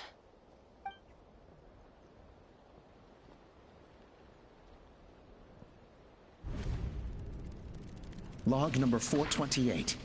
We decided to restart the experiments on phlogiston refinement, but without telling. This is the final obstacle to the success of the Phlogiston Wings project. We cannot fall at the last hurdle. Log number 436. Earlier today, suggested using Kukasaurs as an intermediary to extract refined phlogiston. It's certainly feasible, but... Anyway, as long as our secret experiment succeeds, I'm sure won't bring it up again. Log number 443. We will conduct the experiment tomorrow. But birthday is coming up, so hopefully we'll have a birthday surprise for her. Log number 444. Huh? Why is this log empty? I guess whoever wrote down the log number was prevented from recording the results.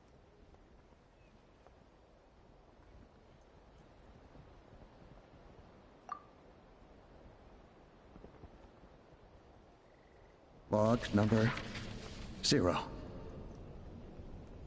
We lost many comrades in the accident. Among them are friends, lovers, and children. But we cannot stop now. We will keep their legacy alive and carry their dreams forward. As of today, we are scrapping the artificial refinement method. Instead, we will focus all our efforts on phlogiston extraction from live Kukasaurs. They are arrogant beasts whose existence in the wild serves no one but themselves. Their true worth lies in their sacrifice for the sake of human progress. To facilitate our operations, we will gradually move the airborne workshop closer to the Flower Feather clan, even as we continue to expand it. All this we do to create a world where the skies are for all of humanity to share. All this we do to make T'Pol's dream a reality. Given the way this is written, not to mention the fact that the numbering has started over from 0, it kinda sounds like this is someone new. Does that mean that T'Pol's already... There's also a letter tucked in the end of the notebook. It's from Puma.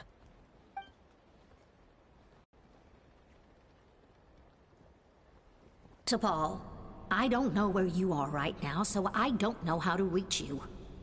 My best bet is to send this letter to the Flower Feather clan. Your father is gravely ill. Oh, I know we've had our differences in the past, but he is still your father.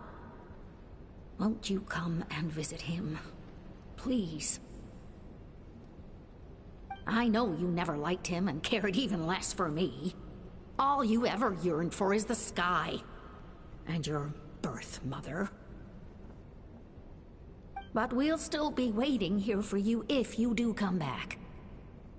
This may be the last chance you'll get to see your father. So Puma's not T'Pol's real mom? Huh. Well, she did say he never called her mom, but Paimon assumed she was just venting. We know that T'Pol's father passed away quite recently, and this letter looks recent. By contrast, the writing in this notebook is old and faded. It looks like the real reason T'Pol didn't attend his father's funeral is because he'd long since passed away himself. If we ask ourselves why this letter was sent to the Flower Feather clan, why T'Pol always yearned for the sky, and how he got his hands on a relic from the Cinder City, it all points to one answer. That's right. T'Pol was my child. He was born during my days as a wingless wanderer. His birth gave me new hope. I wanted to become the kind of mother who spent her days as a valiant rider, soaring the skies. Not an aimless, wingless nobody. But his father wanted to settle down, to give his child a safe, sheltered life in his tribe. We fought about it constantly, until the love we once had for each other was gone. He started a new family, with another traveler who was also looking to return home. And I went back to the Flower Feather clan, alone. I had no idea that despite being raised among the children of echoes, my child still harbored dreams of the skies. Can you imagine, Chaska? The joy and surprise I felt when he showed up at my door, asking to join the flying trials. Or how proud I was when he said he wanted to prove his own worth, rather than relying on my position as elder. And then the anguish that overcame me when he was rejected by the Kukusaurs and became wingless, just as I had after my injury. You've got a lot of nerve showing your face here. Don't take this the wrong way, Chaska. I'm not here for a fight. I just want to talk. Isn't that your preferred way to resolve things? I trust you've learned of T'Pol's wish on your way here. A world where the skies are for all of humanity to share. If only his dream can be realized, no one will ever have to lose their wings again. Our aerial prowess will be greater than ever before. War will never again come at such a great cost. The loss of Koichi is a tragedy that need never be repeated. So tell me, Chaska, do you really wish to see the phlogiston wings forever grounded and gathering dust? Nothing you've said excuses all the conflict you've caused. You mean the argument back at the tribe? It was a necessary measure. Sometimes this is the only way to accelerate the pace of progress.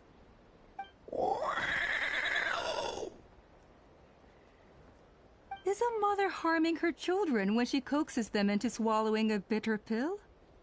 Of course not. It is a brief moment of suffering for the greater good, and the child would come to understand this in due course. The phlogiston wings are that bitter pill. We will never progress as a tribe if we cling to the scraps the Kukusaurs offer us. Once the people have embraced the phlogiston wings, they will never look back. Even if they learn how the refined phlogiston is sourced. They will convince themselves that the sacrifice of a few Kukusaurs is a small price to pay for our dominion over the skies. But this I had not anticipated. I barely had the chance to introduce the phlogiston wings to the tribe before you found this place. Your plan was hardly foolproof. Yet, it can still be salvaged. Chaska, traveler, you are the hope of humanity. I'm sure you have your doubts about my methods, but know that my love for humanity and for Natlan is genuine. You know me, Chaska. And you know that I've always treated everyone in the Flower Feather clan as my own children. As fellow humans. Surely you can understand my perspective.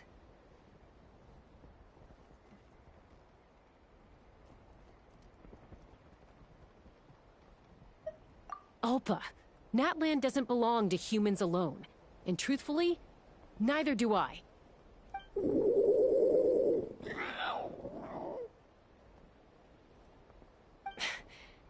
many times has the Abyss invaded Natlan now?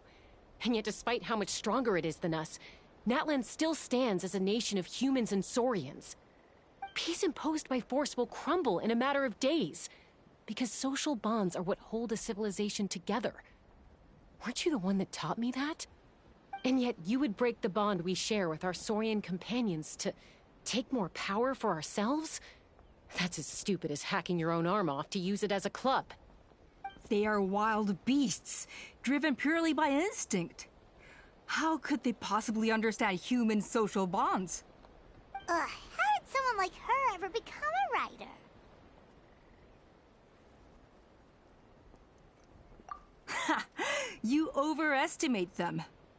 They bow to the strong and shun the weak. That's all there is to it. They never gave Tepal a second glance when he was at his lowest, nor me when I returned injured from the Cinder City. It's all about survival of the fittest for them. Plain and simple. They obeyed me once I proved myself stronger than them, but the moment it serves them better, they'll abandon me in a heartbeat. You're wrong, Alpa. They only reject the wingless because they don't want to fly anyone to their death. Chaska, I will promise you this. Only the unruliest wild cucosaurs will be used for phlogiston extraction. The ones who have nothing else to offer to humanity. Well, that's too bad. Because I know a few unruly wild cucosaurs who don't think that idea is gonna fly. Namely my mom, my sister, and me. And the others? To us, they're friends, family, even children. So if you want to put any of them in one of your cages, you're gonna have to go through us. Is that right? I knew you might be difficult to convince. Maybe this will change your mind.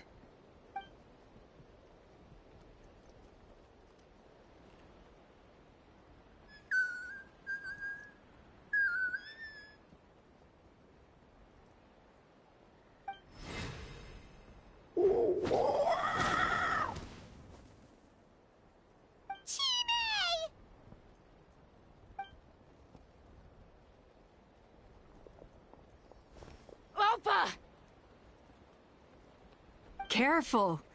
Don't make any rash decisions. Unless you want to see her suffer. Oh no, that's one of the extraction cages! I told my subordinates to take control of the tribe while I was away.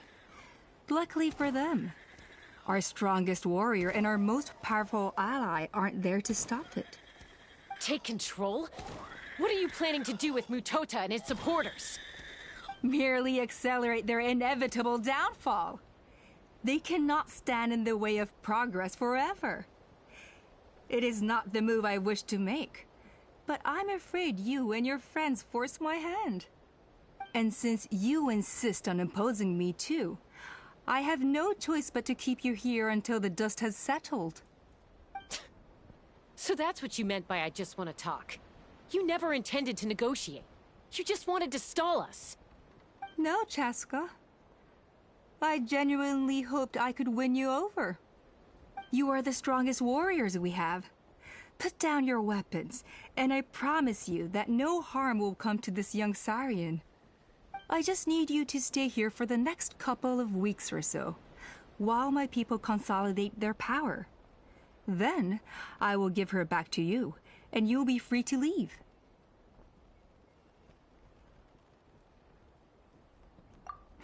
As long as the majority supports our vision, even the Pyro Archon cannot meddle in our internal affairs. Your vision is deranged, and the Flower Feather Clan will never support it. You sure about that? Then wait here and see. Time will tell. What do we do? Even if the whole tribe fights back, Mutota's in grave danger!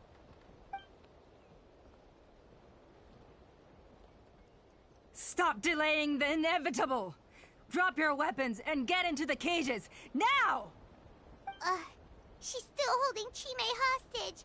Is there really no other way?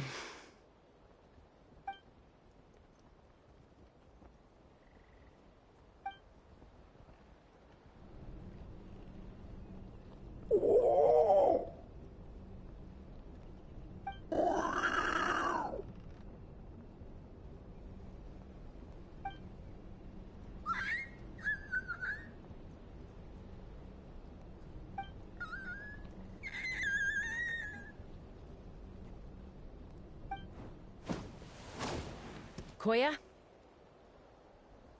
Huh? What are you yapping about? Stand down. Drop your weapons, now! This instant! Ah! Ah! No! The relic!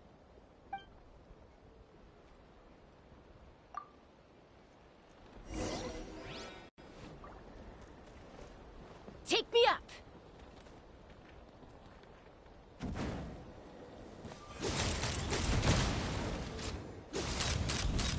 Give up, Alpa. We're negotiating my way now, and this ain't your strong suit. Master scores! Hey, something's up with this relic!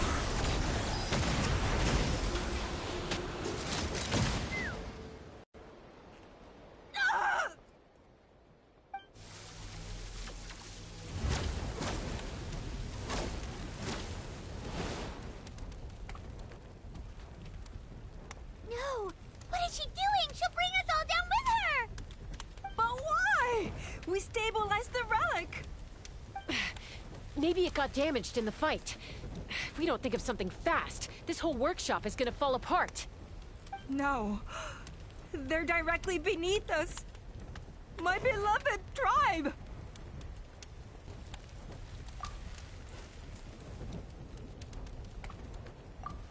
Okay,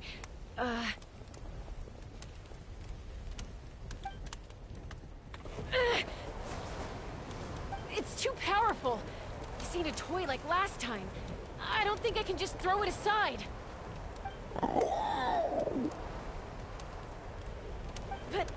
But we need to get it far away before it explodes. Then the tribe will be safe, and so will this workshop.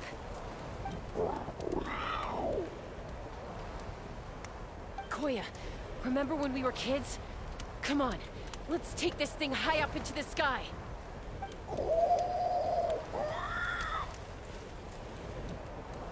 Don't worry, I know I can get rid of it before it explodes. We're talking some surface wounds at most.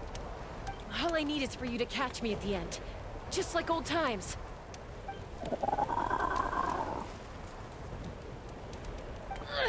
I can't hold it back anymore. We have to go! Don't be insane! Alpa! What are you... You're a fool, Chaska! Why would you choose such a risky solution? We cannot entrust the safety of our tribe to this wild Saurian! I'm the fool! You really think you can stand a better chance than me?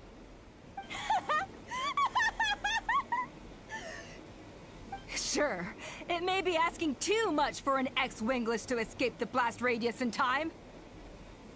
But I can fly it a safe distance away, even if it's the last thing I do.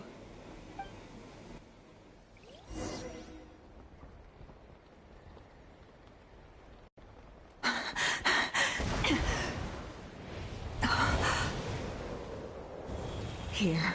This should be high enough to save the clan. What? You don't get to die a hero today.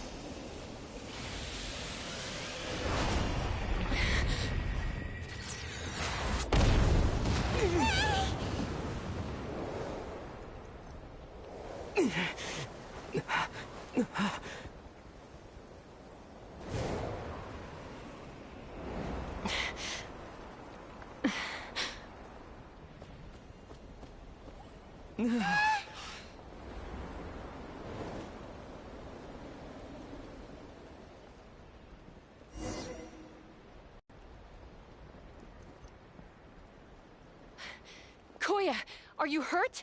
Let me take a look at you. What do you mean I'm fine? Didn't I tell you to catch me on your back? Why did you try to shield me from the blast?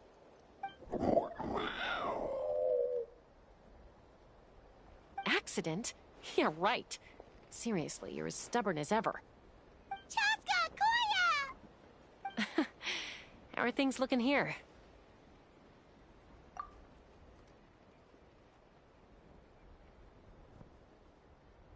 I think that's putting it mildly. I owe you one. Again.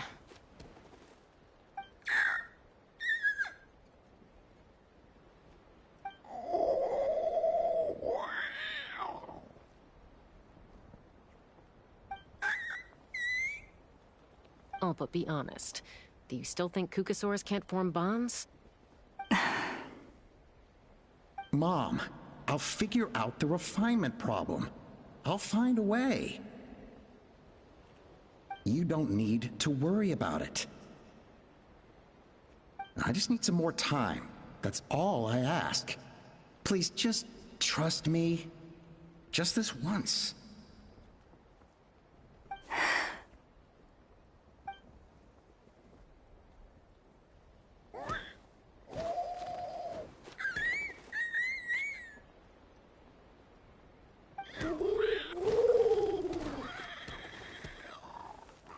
The Flower Feather Clan yield to the strong. And it's up to the winners to define what strength means. So it looks like it's my turn to yield.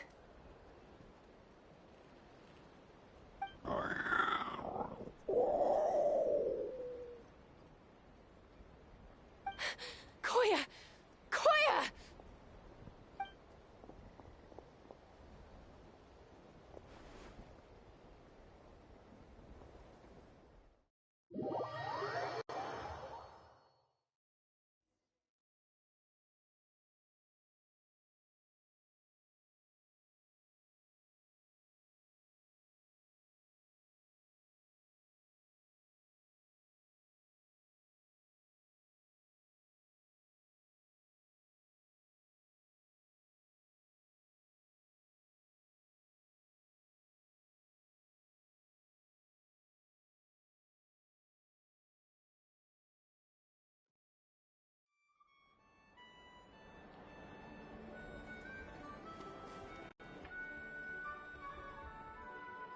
So, you're absolutely sure it's not because of the explosion? Yes, for the 10,000th time, I'm sure.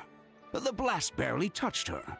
The reason she fainted was old injuries playing up, compounded by overexertion in recent days. The moment she finally relaxed, all the built-up stress finally caught up with her. And no wonder. Honestly, she's just like you. Anyway, now you know how we feel when you go off risking life and limb. Your mother and I would both appreciate it if you lived less dangerously. You know she wrote to me from the Masters of the Nightwind, just to scold me for not doing enough to keep an eye on you. If she wasn't so busy with work, you can bet she'd come back here and chew us both out in person. I'll find an opportunity to apologize to her. I promise. You'd better. No more avoiding us, okay? And don't get me started on all the checkups you've missed. Got it. Got it. Huh? Koya? You're awake. I'll go let everyone know. Hey, but we're not done talking. What are we gonna do with her, Even after everything that's happened, she still hasn't figured out how to start the conversation with you. She keeps saying, I don't think Koya has forgiven me yet. But if you ask me, she's the one who's scared to open up and have an honest conversation. For all her confidence, she's a very sensitive soul underneath. You'd think as a peacemaker, she of all people would know how to reconcile with her family after a falling out. She must have been a handful growing up. Thank you for being there for her. And of course, thank you for keeping her safe when you were up there in the sky. Koya,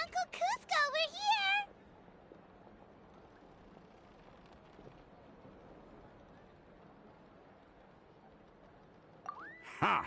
I was just telling her that she's not to go chasing danger with Chaska ever again. Cusco, I understand how you must feel. But it's all thanks to Koya and Chaska's efforts that the airborne workshop didn't come crashing down on our heads. Oh, Paimon almost forgot to ask. They didn't hurt you while we were gone, did they? Thankfully, when her co-conspirators tried to arrest me, I was out coaching Koyer and Junan. The two of them were a huge help. They took care of things while I went around rallying the resistance. So, in the end, Alpa's would-be revolt didn't really get off the ground. And as it turns out, not all of the wingless want to see our dear Saurian friends replaced with phlogiston-powered gizmos. I'm so sorry you got mixed up in this, by the way. We should have caught on to Alpa's scheme sooner. We could have saved so many Kukasaurs from getting hurt. Most of the airborne workshop has now been dismantled. We've just left one small, harmless part intact, and repurposed it as a jail for Alpa and her cronies. Let's see how they like being locked up in a sky prison.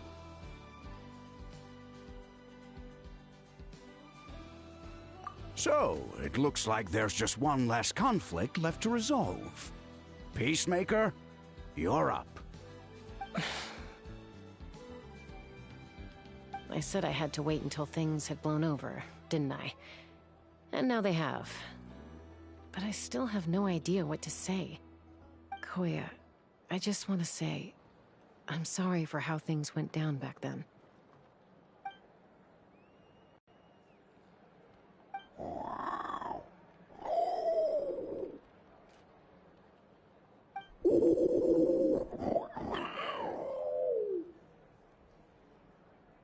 Huh? Does this mean you're not mad at me anymore? There's that family likeness coming through again.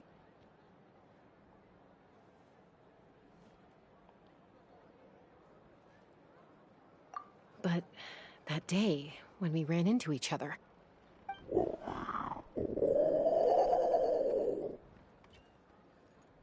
Huh? So then, when did you finally make your peace with it?